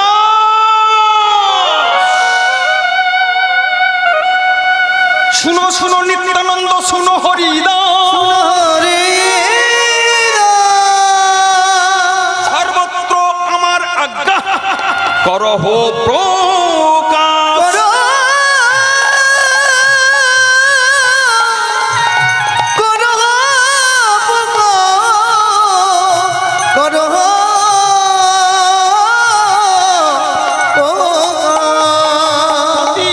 ঘরে ঘরে গিয়া করিবে এই ভিক্ষা বলো কৃষ্ণ ভজ কৃষ্ণ কৃষ্ণ করো শিক্ষা কৃষ্ণ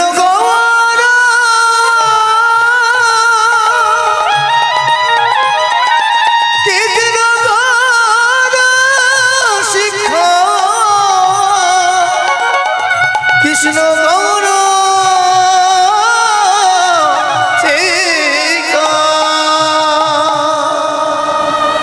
একমাত্র হিন্দু সনাতন ধর্ম এমন একটা ধর্ম বাবা, এই ধর্ম কারোর কাছে মাথা নোয়ায় না, কিন্তু আমরা যে বেলেলাপনা শুরু করেছি হয়তো মাথা নোয়াতে একদিন হয়েই যাবে। তার প্রমাণ একটুখানি ইঙ্গিত পড়ছে বাংলাদেশের দিকে। এমন একটা ধর্ম জাতপাত ব্যতিরেকে খ্রিস্টান মুসলিম হিন্দু সবাইকে একচ্ছত্রতায় আনাইছিলেন আমার জবনকুলের হরিদাস। চাঁদ কাজীকে উদ্ধার করলেন, হুসেন শাহকে উদ্ধার করলেন, মুসলমান প্রত্যেকটা সমাজকে মানুষ করলেন, প্রত্যেকটা জায়গায় তিনি মাথা উঁচু করে এক ছত্র ছায়া তিনি আনলেন। হরিদাস ঠাকুরকে নিতাই চাঁদকে ডেকে বলছে, যাও দাদা যাও, প্রত্যেকটা জীবের দ্বারে যাও। সেই নিতাই চাঁদ প্রত্যেকটা জীবের কাছে এসে বলছে কি, ওগো অগ্রদা পরমা নিতাই গৌর হরি হরি হরি বল হরি বল। তোরা দেখে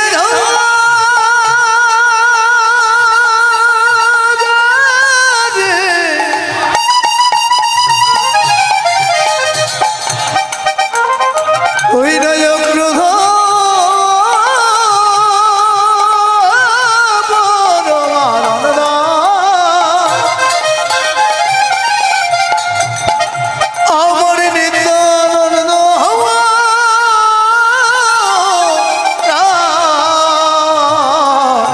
অক্রোধ পরমা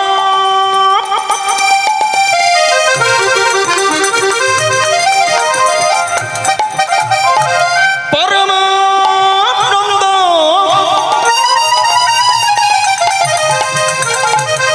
নিত্যানন্দ রায় অভিমান আমার অভিমান ওগো শূন্য নিতাই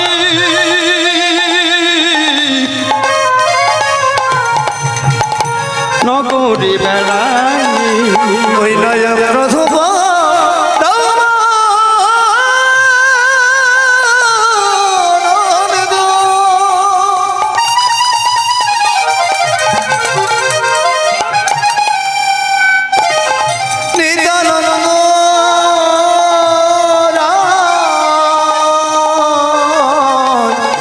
অভিমান শূন্য নগরে বেলা ওগো যারে দেখে তারে বলে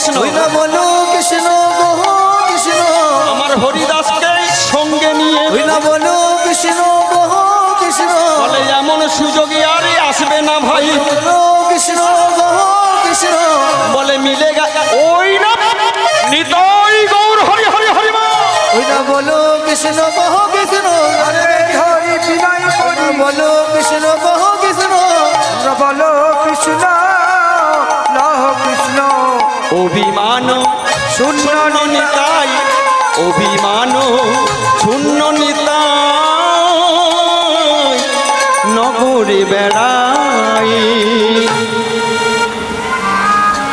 সঙ্গে কে আছে পূর্ব জন্মে যিনি ছিলেন ব্রহ্মা দেহ পাল্টে কি হয়েছে হরিদাস ঠাকুর। শুনো শুনো নিত্যানন্দ, শুনো হরিদাস, দাদা একা যেও না, তুমি সঙ্গে নিয়ে যাও একজনকে গার্ড। কেন? আমি যেন একটা ইঙ্গিত খুঁজে পাচ্ছি। কি ইঙ্গিত? এইবার খুব তত্ত্বের জায়গা আসছি। বাচ্চাগুলোকে চুপ করান, মায়েরা গোল টেবিলটা বন্ধ করুন। ও মা, এখানে নিতাই চাঁদের হাট বসেছে, চিংড়ি মাছ নয়, একদম চুপচাপ এদিকে তাকান, ছাড় ছাড় করে বসুন, সামনে এসে বসুন। এখানে আমি যেন চোখে চোখে কীর্তন। হরিদাস সঙ্গে যাচ্ছে, পূর্ব দিকে কীর্তন শেষ, পশ্চিম দিকে শেষ, দক্ষিণ দিকে শেষ, মাফ করবেন, পূর্ব পশ্চিম উত্তর শেষ, তিনটে দিক শেষ। যখন দক্ষিণ দিকে যাচ্ছে সেই সময় হরিদাস ঠাকুর বললেন, নিতাই এদিকে যাওয়াটা মনে হয় ঠিক হবে না। বলে আমি সর্বত্র হরিনাম দেব, জাতপাত ব্যতিরেকে হরিনাম দিতে এসেছি, আমার ভাই আমাকে বলেছে। যাই হোক, আমার যেই এগিয়ে চলেছে, হরি হরয় নম কৃষ্ণ যাদবায় নম, যাদবায় মাধবায়, সঙ্গে সঙ্গে বট গাছের নিচে গোটা পাঁচে কলসি খালি হয়ে গেছে। বুঝতে পারছেন কি ব্যাটা? সঙ্গে সঙ্গে সেই একটা কলসি দুটো ভাই এক চুমুক মারে, ও এক চুমুক মারে, ও এক চুমুক, এ এক চুমুক মেরে টেরে বেশ ফোরফাটটা যখন হয়ে গেছে, তখন বলছে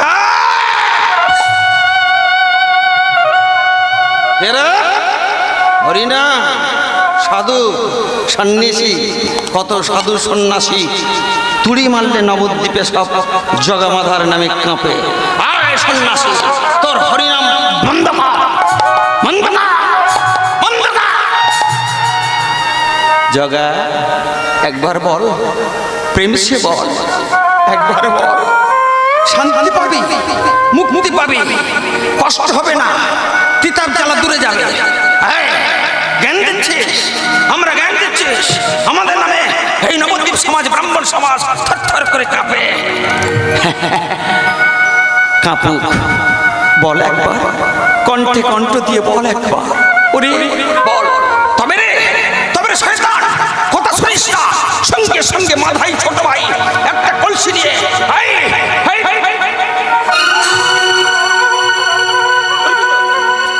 ও গো আমার প্রভু গো,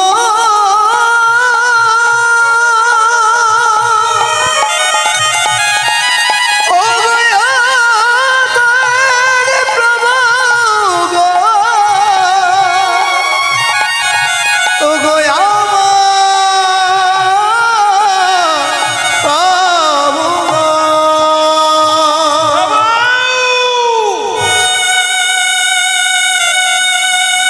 হরিদাস ঠাকুর ভয় পেয়ে গেলেন, প্রভুর কাছে ছুটে চলেছে নিতাই চাঁদ।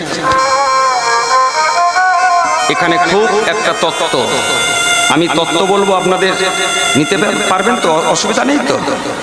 একটা মা অন্তত, ঠিক ঠিক, খুব সুন্দর মা, যে কটা দিন বাঁচবেন অন্তত এই কথাগুলো একটু মনে রাখবেন। হরিনামে যদি পাষাণ জলে ভাসে, মানে পাথর জলে ভাসে, হরিনামে শুনেছি পঙ্গু লঙ্ঘয়াতে গিরি, কাঁড়ি কাঁড়ি টাকা নিয়ে চলে যাচ্ছে, হরিনাম করো, হরিনাম করো। হরিনাম যে করবো তার আসল জায়গাটা একটু বলো। তা হরিনাম করে যদি কপাল কাটে, কেউ হরিনাম করবে? হরিনাম করে যদি নিজের চিত্তশুদ্ধি না হয়, হরিনাম করে লাভ আছে? কীর্তনিয়াদের একটা ছাড়া চারটে বিয়ে করার রাস্তা দেখে দিচ্ছি। কেন? 1,25,000 3 ঘন্টা গান গাই, ঘন্টায় কত করে পড়ে হিসেব করবে। একটা একটা কীর্তনিয়াদের ফোন করলে প্রথমে 50-55, এটা যেন মুখস্থ করে ফেলে। একটা মাত্র এই ব্রজগোপাল বান্দা, এখন আমি জানি না আমরা কি পেমেন্ট পাবো। আমি এখানে আমাকে কি দেবে, শুধু হয়েছে কি ডেটটা লেখো, এই সময় তোমার পারণ চলে এসেছি। ইয়ার কি মেরে জিজ্ঞাসা করছিলাম বাসা, হ্যাঁ গো দাদা এবছর কি দেবে গো? যেন চলতে পারি, একটা গাড়ি এসেছে সেরাম ভাব দিও। বলে হ্যাঁ, তোমার অসুবিধা নেই। জিজ্ঞাসা করুন, আমি তো স্টেজে আছি, জিজ্ঞাসা করে আসুন। এই কথাটুকু যথেষ্ট, আর কিচ্ছু হয়নি। একটা ছেলে যদি 3 ঘন্টা গান গাইবে, 1,25,000 চায় মা হরিনাম হবে কি বন্ধ হবে? খরচা আছে, প্যান্ডেল আছে, মাইক আছে, স্টেজ আছে, প্রভুর সেবা আছে, মন্দির আছে, সাধুগুরু বৈষ্ণবদের আপ্যায়ন আছে, খিচুড়ি প্রসাদ আছে, ফুলের ডেকোরেশন আছে, অনেক অনেক হরিনাম খরচা। তবে হরিনামের কথা যখন উঠলো, আমার বাড়িতে আপনাদের পয়সায়, আমি বলে গর্ব করছি না, নিতাই চাঁদের করুণায় আপনাদের দেওয়া অর্থে অগ্রহায়ণ মাসের 6 তারিখে নিয়মসভার মাঝ ভঙ্গ করে সাধুগুরু বৈষ্ণবের জন্য প্রসাদের ব্যবস্থা করেছি। এই অঞ্চল থেকে যতজন যাবেন আমার কোনো আপত্তি নাই। 6ই অগ্রহায়ণ বেলা 12টা থেকে রাত্রি 12:30টা পর্যন্ত কীর্তন চলবে, সবাই যাবেন। এটা আমার ব্যক্তিগত নিমন্ত্রণ আপনাদের চরণে রইল। যদি মনে করেন যাবেন, ঠিকানা কমিটি বাবুদের কাছে আছে, একদম কাছে, জুলপিয়া আদার, মানে জুলপিয়া থেকে ওপর দিকে একটু উত্তর দিকে গেলে 2 মিনিটের পথ, ব্যাস। হরিদাস ঠাকুর যখন গিয়ে আমার খবর দিল, সঙ্গে সঙ্গে মহাপ্রভু সুদর্শনকে নিয়ে আসছে। সুদর্শন! এই নিতাই চাঁদ হলো মহাপ্রভুর শক্তি স্বরূপ, তার গায়ে আঘাত। সুদর্শনকে ডাকবে না? নিতাই চাঁদ প্রভুর চরণে, ছোট ভাইয়ের চরণে দাদা হয়ে লুটিয়ে পড়েছে, ক্ষমা করো। কেন? তুমি তো বলেছো কলিযুগে অস্ত্র ধরবে না। তখন মনে পড়েছে, ওরে মাধাই, তুই কি অপরাধ করলি? ক্ষমা চা। ক্ষমা চাইবো না, ক্ষমা চাইতে হবে না, তুই হরিনাম বল। যেটা আমি বলার প্রশ্ন, নিতাই চাঁদের বদনে তো হরিনাম ফাঁক ছিল না, তার কপাল কাটাটা কি বাঞ্ছনীয় ছিল? ছিল না। তাহলে কপাল কাটলো কেন? কেন কাটলো? ও মারিলে মার খেতে হই,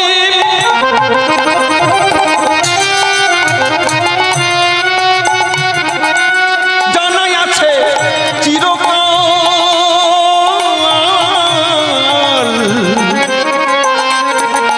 ও গো মারিলে মার খেতে হয়,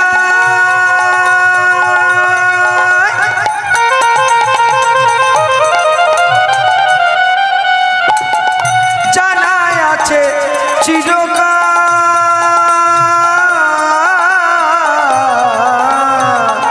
আজ কাঁদাচ্ছ, পরে ভেবে তুমি নিজে বসে কাঁদবে কান। আজ কাঁদাচ্ছ, পরে ভেবে তুমি নিজে বসে কাঁদবে কাল। পাপ কোনোদিন পাপ ছাড়ে না, পাপ কোনোদিন পাপ ছাড়ে না। পাপ কোনোদিন বাপ ছাড়ে না। এই আসতে কার্তিকী ব্রত করেছো, একাদশী ব্রত করেছো, তোমার মনের হিংসা ভাবটা যায়নি। আমার ছেলে চাকরি পাক, দিদির ছেলে গোল্লায় যাক। সংসারের সবচেয়ে শত্রু হচ্ছে জ্ঞাতি হিংসা। আমি 3 তালা বাঁধবো, যেন নিচে বেশি ভিক্ষা চায় আমার কাছে সব সময়। আমি তখন দিয়ে ধন দেখে মন কেড়ে নিতে কতক্ষণ। আজকে যে রাজাধিরাজ, কাল সে ভিক্ষা চায়। চাকার মতো ঘুরছে সদাই সুখ দুঃখ দুটি ভাই, নিয়ম মতো রাতের পরে দিনের আলো আসে তাই। দুঃখ সুখের মধ্যে যারা গোবিন্দের চরণে নেয় না ঠাঁই, তারাই বোকা বা বেওকুফ। এ সংসারে সেখানে ধনী গরিবের বিচার নাই। কেউ যদি মনে করে টাকার জোরে ভগবানকে কিনে নেবো, ভুল করবে। আর ভিখিরি মা আমার, বাবা আমার, যাদের পয়সা নেই, তারা যদি বলে গোবিন্দ পাবো না, সেটাও ভুল করবে। ভগবান দুটো জিনিসে বাঁধা পড়ে। কি কি? যশোমতী মা এই কার্তিক মাসে ভগবানকে দড়ি দিয়ে বেঁধেছিল। দড়িটা কিসের দড়ি? পাটে। দড়িটা নাইলনে। ওই দড়িটাকে বাবা ভালো করে শুনে না, প্রভুপাদ শুকদেব গোস্বামী প্রণাম করেছিল। যশোমতী মাকে প্রশ্ন করেছিল, মা তুমি কি দিয়ে তৈরি বলতে পারবে? এই যে আকাশটাকে দড়ি দিয়ে নামানো যাবে বেঁধে, সেই আকাশের মালিক ভগবান, তাকে কিনা তুমি কোমরে দড়ি পরিয়েছো, সেটা কি দড়ি বলতে পারবে? তখন যশোমতী মা বলেছিল, ওরে শুকদেব গোস্বামী, সেই দড়িটা আমার ছেলে বলেছে। কি দড়ি শুনে নাও। সেই দড়িটা বলেছে কোনো পাটের নয়, কোনো নাইলনের নয়, একটা প্রেম আর ভক্তি। সেই প্রেম ভক্তিকে আমার শুকদেব গোস্বামী। তাহলে জ্ঞাতি হিংসা, প্রথম হিংসা কি না, আমি খাবো, আমার আমার ছেলে চাকরি পাবে, আমি ভালো টোটো কিনবো, অটো কিনবো, কুটি কিনবো, 4 চাকা 6 চাকা 10টা হবে, সবাই আমাকে স্যালুট সম্মান দেবে, ওলে বাহবা দেবে, আমি করে সমস্ত সবাই সব জয়ের ধ্বনি দেবে, এটাই আমার বুকটা। নিতাই চাঁদ সেই অন্যায়টাই করেছিল। কি অন্যায়? কপালটা কেটেছে, মারিলে মার খেতে হয়। নিতাই চাঁদ তুমি যে মেরেছো, কোথায় মেরেছো জানেন বাবা? না ছেড়ে দেবো? জানেন? ছেড়ে দেবো না বলে যাব? বলে যাই। নিতাই চাঁদ কোথায় অন্যায় করেছে দেখুন। চলুন সত্য যুগে যাই। সত্য যুগে ক্যালেন্ডারে ছবি দেখেছেন? বিষ্ণু 3টে, ক্ষীরোদাসায়িক বিষ্ণু, গর্ভদাসায়িক বিষ্ণু এবং কারণদাসায়িক বিষ্ণু। কারণ ক্ষীর গর্ভ। এই যে ক্ষীরোদাসায়ী বিষ্ণু শয়নে আছে, তাকে সেবা করছে কে জানেন মা? ছবিতে দেখেছেন একটা ছাতার মতো সেবা করছে কি? অনন্তদেব। এই অনন্তদেব ছাতার মতো হয়ে নিজের শরীরটা গোল করে পুচ্ছটাকে বাদ রেখে আজকে বিষ্ণুকে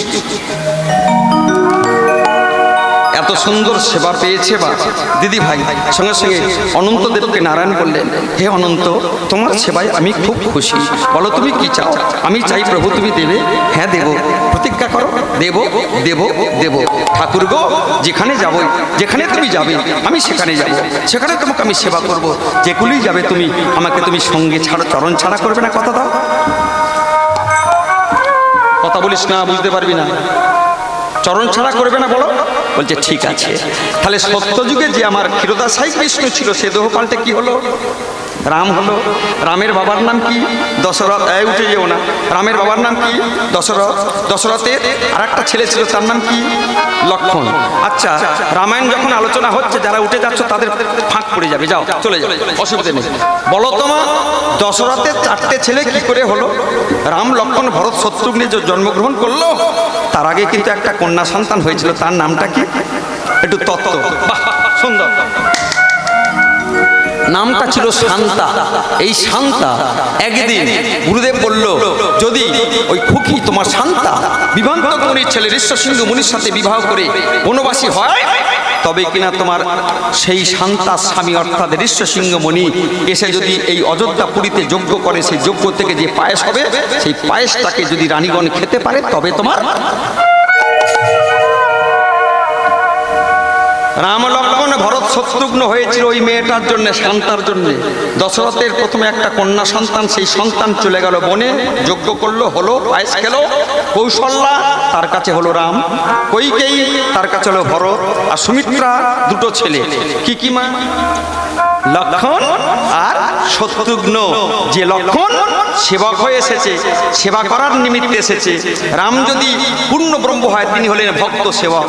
তাই লক্ষ্মণ তিনি সেবা করার নিমিত্তে আজকের এই ত্রেতা যুগে রামচন্দ্রের সঙ্গে সঙ্গ দিতে এলো। এইবারে চলুন দশরথকে যুদ্ধে গিয়ে কৈকেয়ী মেজরানী বিপদ থেকে বাঁচিয়েছিল বলে বর দেবার, আশীর্বাদ দেবার একটা প্রতিশ্রুতি দিয়েছিল। সেই প্রতিশ্রুতি যখন দশরথের বয়স হলো, মনে মনে ঠিক করলো, রামকে রাজত্বে বসিয়ে আমি ছুটি নিয়ে ভগবানের নাম করব। শুনে ফেললো কি? পুঁজবুড়ি মন্থরা। যেই শুনেছে, কৈকেয়ীর কানে কামড়িয়েছে। যেই কামড়িয়ে বলছে, কৈকেয়ী, তোর তো আশীর্বাদ পাওনা আছে, স্বামী দশরথের কাছে যা, গিয়ে বলবি এই বর দাও। সঙ্গে সঙ্গে ঠিক চিন্তা হয়ে কাছে গিয়ে স্বামীকে বলছে, স্বামী, কৈকেয়ী এসেছো? হ্যাঁ, আমাকে বর দাও। যে 2টো বর দেবে বলেছিলে, তোমাকে আমি জীবন দিয়েছি, মনে আছে? আমি সত্যের পূজারি, সেও মনে আছে। বলো তোমার কি চাই? ভেবেছ অন্য কিছু চাইবে, সোনা দানা, এটা ওটা সেটা, কিন্তু কি চাইছে যেটা শুনে মাথা ঘুরে গেল। একবারে রামচন্দ্র যাবে 14 বছর বনে,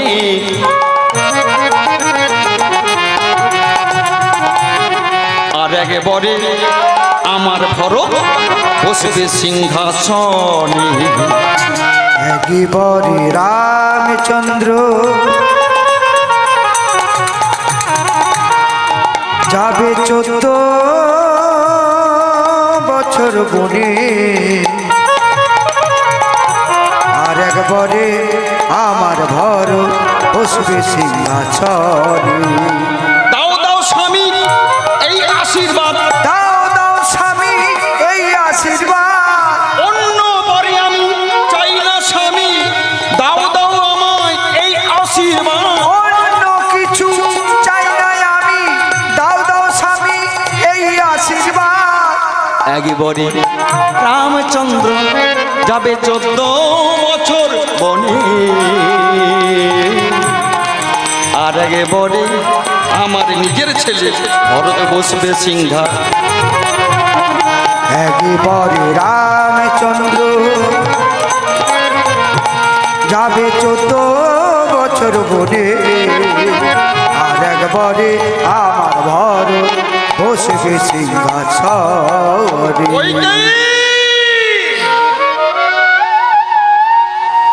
এবারে চেহো না তুমি, রামায়ণটা ভালো করে শুনে নেন মা। কইকেই তুমি এবার চেহো না, আমাকে তোমায় বর দিতে হবে না, তুমি মুখ দিয়ে বলো তুমি মিথ্যাবাদী।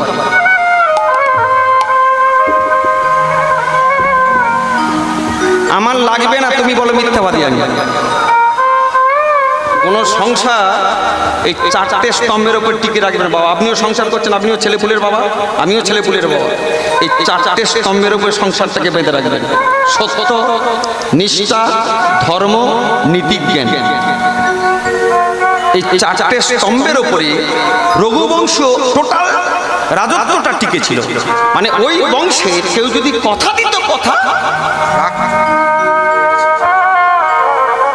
কলিযুগে সেটা উল্টে গেছে। এবলা বলি এক কথা, ওবলা বলি এক কথা, এখানে আর কাছে, ওরখানে ওর কাছে, ওখানে পুজুর পুজুর, ওখানে পুজুর পুজুর।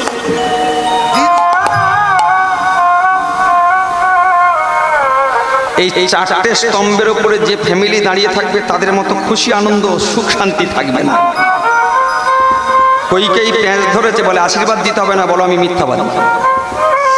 আমি বলতে পারবো না। শেষে দশরথের মুখ থেকে, ছোট করে দশরথের মুখ থেকে কি কথা বেরিয়েছে ভালো করে শুনুন। তুমি অন্য কিছু চাও না, এটাই চাই। মায়েরা এখান থেকে মনে হয় কৈকেয়ের মতো হারামজাদি মেয়ে ছেলে আর হয় না কি, তাই তো? আমার বিচারে কৈকেয়ের মতো আর গোটা 5 যদি ভারতবর্ষে এরম সতী সাধ্বী মেয়ে জন্মাতো না, ভারতের কোনো ঘরে জঞ্জাল জমতো না। মানে জঞ্জাল, নোংরা হতো না। জঞ্জাল বলতে ওই সব প্লাস্টিকের নোংরা নয়, আমাদের এই যে ভেতরে যে নোংরাগুলো আছে না, ভালো করে বুঝে নেন। প্রত্যেকে যদি জ্ঞানী হই, জ্ঞান প্রত্যেকের ঘরে ঝাড় দিয়ে পরিষ্কার করতে হবে না। জ্ঞানী হলে সে কলাটা খেয়ে অন্তত একটা ডাস্টবিন থেকে সেখানে ছোঁয়া ফেলবে। আর যার জ্ঞান কম, কুড়কুড়ে কলা খাবে।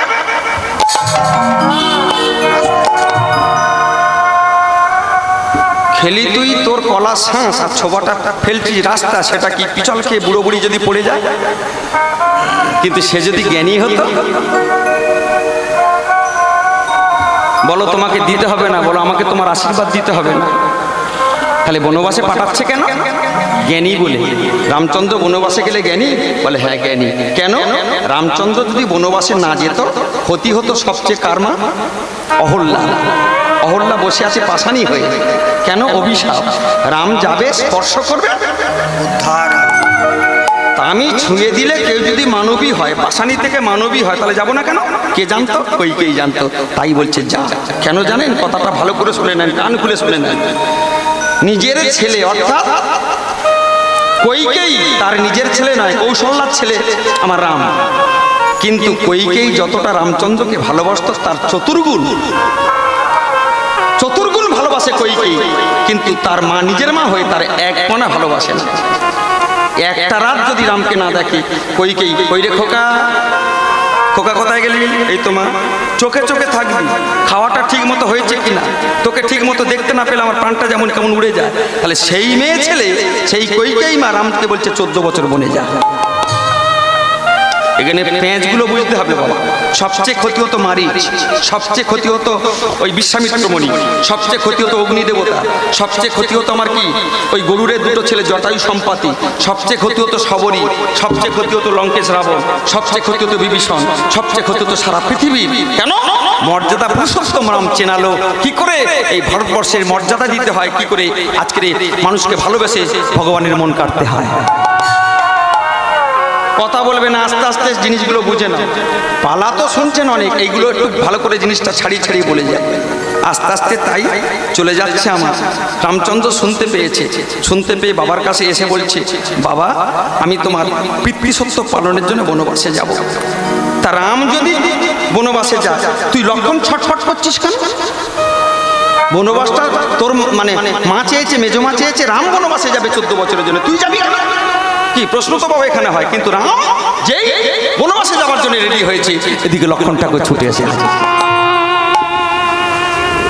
লক্ষণ ঠাকুর ছুটে এসে হাজির হয়েছে, দাদা তুমি আমায় নিয়ে চলো না, ওগো দাদা নিয়ে চলো না, নিয়ে চলো না, দাদা নিয়ে চলো না, বনবাসী আমি হব, নিয়ে চলো না, তোমার সঙ্গে বনে যাব, ওগো দাদা গো।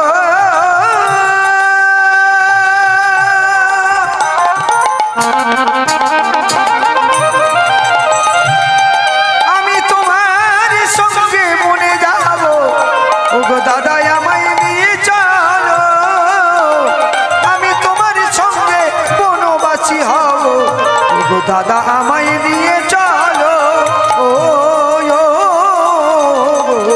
ওগো দাদা গো।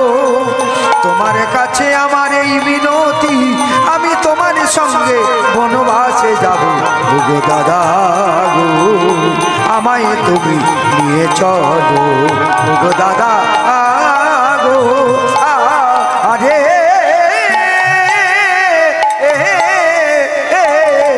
নিয়ে চলো না, ওগো দাদা নিয়ে চলো না, তোমার সাথে বনে যাব, নিয়ে চলো না, আমায় অন্যথা করো না, নিয়ে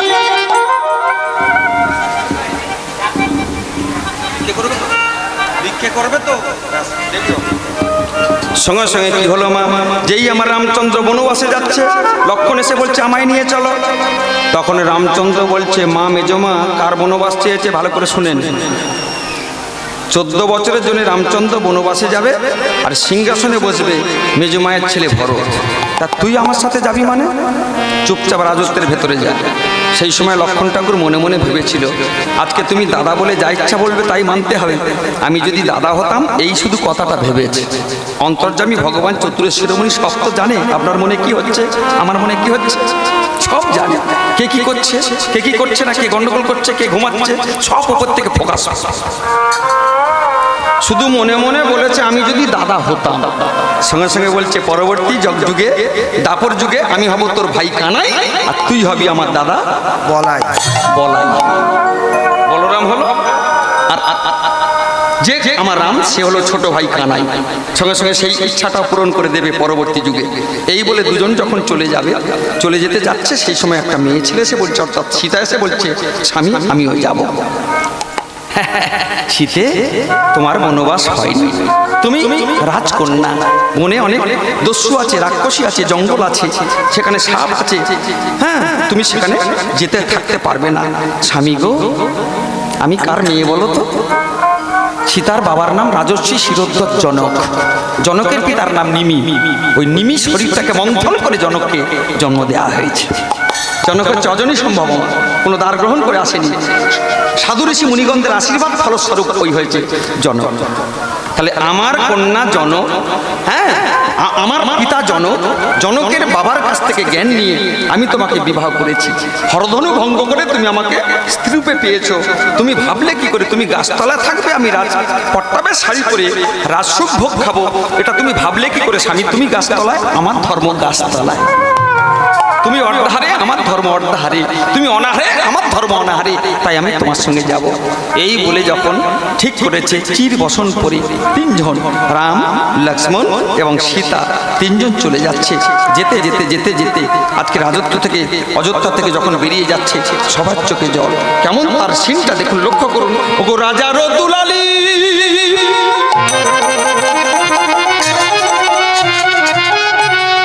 ওগো সীতে,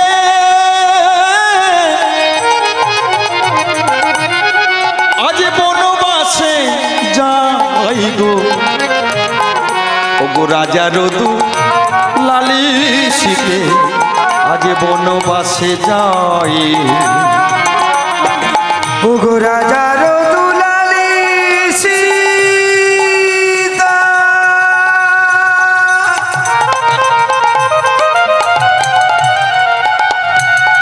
আজ বনবাসে যাই গো, বনবাসে যাই,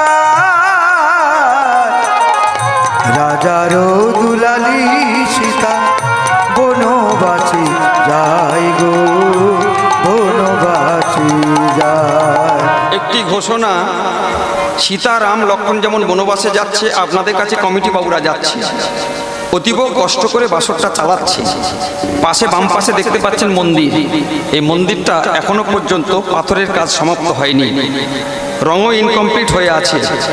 আপনাদের দান, আপনাদের করুণায় যে সমস্ত সহযোগিতা, বিশেষ করে মায়েদের, আপনারা একটু জমিয়ে একটুখানি নিতাই চাঁদের একটা ভান্ডার করে ধীরে ধীরে তাতে জমিয়ে জমিয়ে তিল তিল করে আপনারা কমিটি বাবুদের হাতটাকে শক্ত করুন।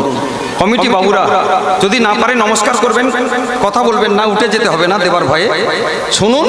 এবং কমিটি বাবুরা ধীরে ধীরে আপনাদের কাছে যাচ্ছে। যদি 10 টাকা দেন 20 টাকা পাবেন, যদি 50 টাকা দেন 100 টাকা পাবেন, যদি 100 টাকা দেন 200 টাকা পাবেন। আমার কথা মিলিয়ে নেবেন, আর না দিলে নমস্কার করবেন যে আমি এখন পারিনি, পরে পারবো, এই প্রতিজ্ঞা করে বাসর থেকে যাবেন এবং শেষ পর্যন্ত থাকবেন। এই আশা আকাঙ্ক্ষা করে আপনাদের সবার আশীর্বাদ করে মঙ্গল হবে এই ভাবনা চিন্তা নিয়ে এগিয়ে যাচ্ছি। চলে গেল 3টে প্রাণ। চলে যেতে যেতে আস্তে আস্তে প্রথমে কাকে উদ্ধার করলেন? গুহক চণ্ডাল। গুহক চণ্ডাল দেখবেন অযোধ্যায় যারা গেছেন, প্রথমে একটা নদী আছে, তার নাম গঙ্গা নদী। গুহক চণ্ডালকে উদ্ধার করে চলেছে আমার 3 জন পদব্রজে।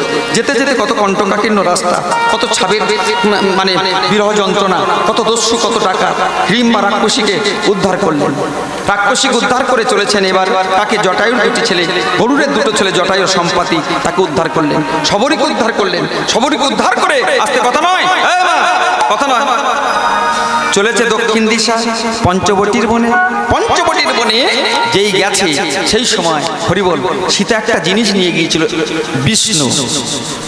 মায়েদের বলি, মায়েরা বাপের বাড়ি যাবেন, যান, ঘুরতে যাবেন, যান, যারা ভালোবাসেন গোপালকে, গোপালকে নিয়ে যাবেন, গীতা নিয়ে যাবেন, ভাগবত নিয়ে যাবেন। হৃদয়ে মাঝে নিজের আভূষণ অর্থাৎ সোনাদানা গলিয়ে একটা ছোট্ট বিষ্ণু তৈরি করে বুকের মধ্যে বেঁধে নিয়ে চলেছে। এখানে কে আছে? ভগবান। এখানে কে থাকবে? ভগবান। তাহলে একটু ভজনটা হয়ে যায়, আসুন সবাই মিলে। হৃদ মাঝারে রাখবো, ছেড়ে দেব না, হৃদ মাঝারে রাখবো, উলুধ্বনি হরিবল হরিবল হরিবল, ছেড়ে দেব না, হৃদ মাঝারে রাখবো, ছেড়ে দেব না, তোমায় হৃদ মাঝারে রাখবো, ছেড়ে দেব না। ছেড়ে দিলে ও গো ঠাকুর আর তো পাবো না, তোমায় ছেড়ে দিলে, তোমায় ছেড়ে দিলে ও গো ঠাকুর গো, উলুধ্বনি উলুধ্বনি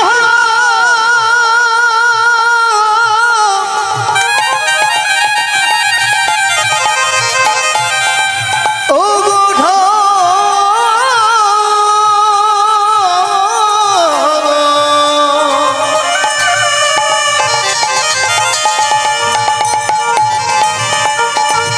তোমায় ছেড়ে দেব না।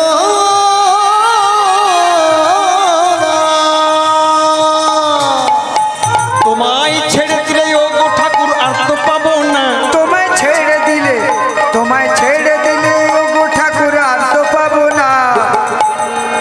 আমি ছেড়ে দেব না, হৃদ মাঝারে রাখবো, ছেড়ে দেব না, তোমায় বক্ষ মাঝে রাখবো, ছেড়ে দেব না। ভুবন মোহন গোরা, নিজনার মন চোরা, তুমি ভুবন মোহন গোরা, ওই গোরা রে, গোরা রে,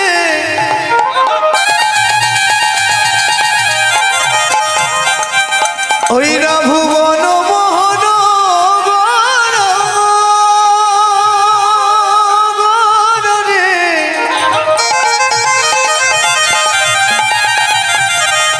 ওই না ভুবন মোহন গোরা,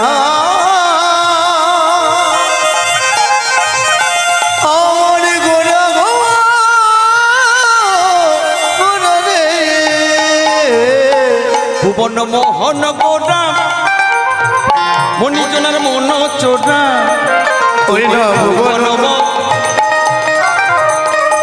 মণিজনার মন চোরা, তোমার নয়নে, তোমার নয়নেতে নয়ন দিয়ে আর ফিরাবো না, না, না, আমি ছেড়ে দেব না, হৃদ মাঝারে রাখবো, ছেড়ে দেব না, তোমায় বক্ষ মাঝে রাখবো, ছেড়ে দেব না।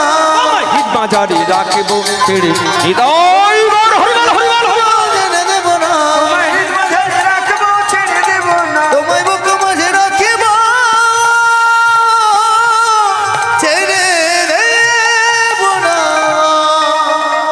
চাঁদে কি, জয় বৃন্দাবন ধামে কি, জয়। রাধা রানী কি, জয়। মদন কুন বারোয়ারি হরিবাসর কি, জয়।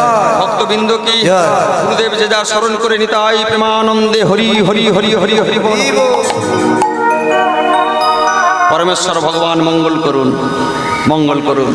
ভালো থাকো মা। চলে গেল কোথায়? পঞ্চবটির বনে। পঞ্চবটির বনে এখতিয়ার ছিল লঙ্কেশ রাবণের। লঙ্কেশ রাবণের একটা বিধবা ভগ্নী ছিল, তার নাম শূর্পণখা। ভালো শুনবেন, খুব তত্ত্বের জায়গা। শূর্পণখাকে বলছে, ওরে ভগ্নী, তোর স্বামীকে আমি নিজে মেরেছি। শূর্পণখার আগে একটা বিয়ে হয়েছিল বাবা, তার স্বামীর নাম বিদ্যুৎ জীবা। আমি মেরেছি।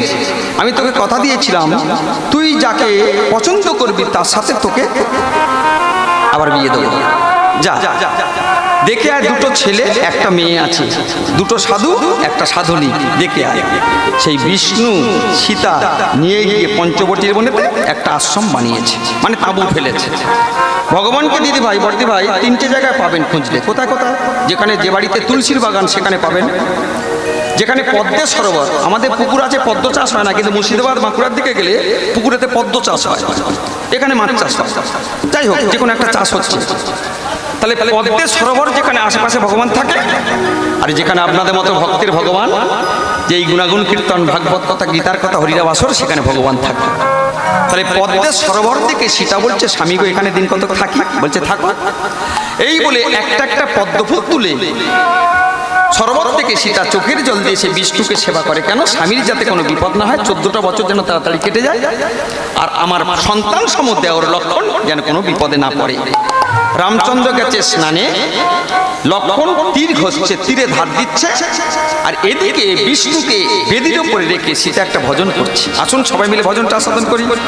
ভালো করে সুন্দর করে সীতা চোখের জল দিয়ে একটা পদ্ম ফুল তুলে নিয়ে, আমার পূজার থালায় আছে আমার প্রভু ব্যথার শত দল। এই পূজার থালায় আছে আমার প্রভু ব্যথার শতদল। এই পূজার থালায় আছে আমার ব্যথার শত দল। এই পূজার থালা আছে আমার ব্যথার শতদল। হে দেবতা তুমি রাখো সেথা, ও গো হে দেবতা তুমি রাখো সেথা। হে দেবতা তুমি রাখো সেথা, ও গো হে দেবতা রাখো সেথা। তোমার চরণ তল ব্যথার শত দল। এই পূজার থালায় আছে আমার ব্যথার শতদল। এই পূজার থালা আছে আমার ব্যথার শতদল। প্রভু, আজ প্রত্যেক দিনের মতো আজকের পদ্ম তুলে তোমায় সেবা দিতে পারিনি, আজকে কাজে আটকে গেছি প্রভু, কিন্তু আমার ব্যথারূপী যে শতদল মানে পদ্ম আছে সেটা দিয়ে তোমার সেবা দিলাম। আর কি দেবো জানো? নিবেদনে কুসুম সহ তুমি লহ হে না, তুমি আমায় লহ। প্রভু গো নিবেদনে কুসুম সহ লহ হে না, আমায় লহ। প্রভু তুমি যে আগুনের আমায় দহ। প্রভু গো যে আগুনে তুমি আমায় দহ। ভক্তমতী মা ওদিকে নয়, এদিকে সাবজেক্টটা কি? তোমাকে যখন তুমি মারা যাবে, তোমাকে পোড়ানোর জন্য যে আগুন লাগবে সেই আগুনে কিন্তু আরতি লাগবে। আগুন তোমার পোড়ানো আলাদা হয় না, এবং পূজা মণ্ডপে প্রদীপ জ্বালতে সে আগুন একই হয়। তাই সীতা বলছে কাঁদতে কাঁদতে, তুমি সবাইকে মঙ্গল করে, আমার স্বামীকে মঙ্গল করে, আমার দেওরকে মঙ্গল রেখো। নিবেদনে কুসুম সম কি দেব জানো? যে আগুনে তুমি আমায় দাহ। যে আগুনে তুমি আমায়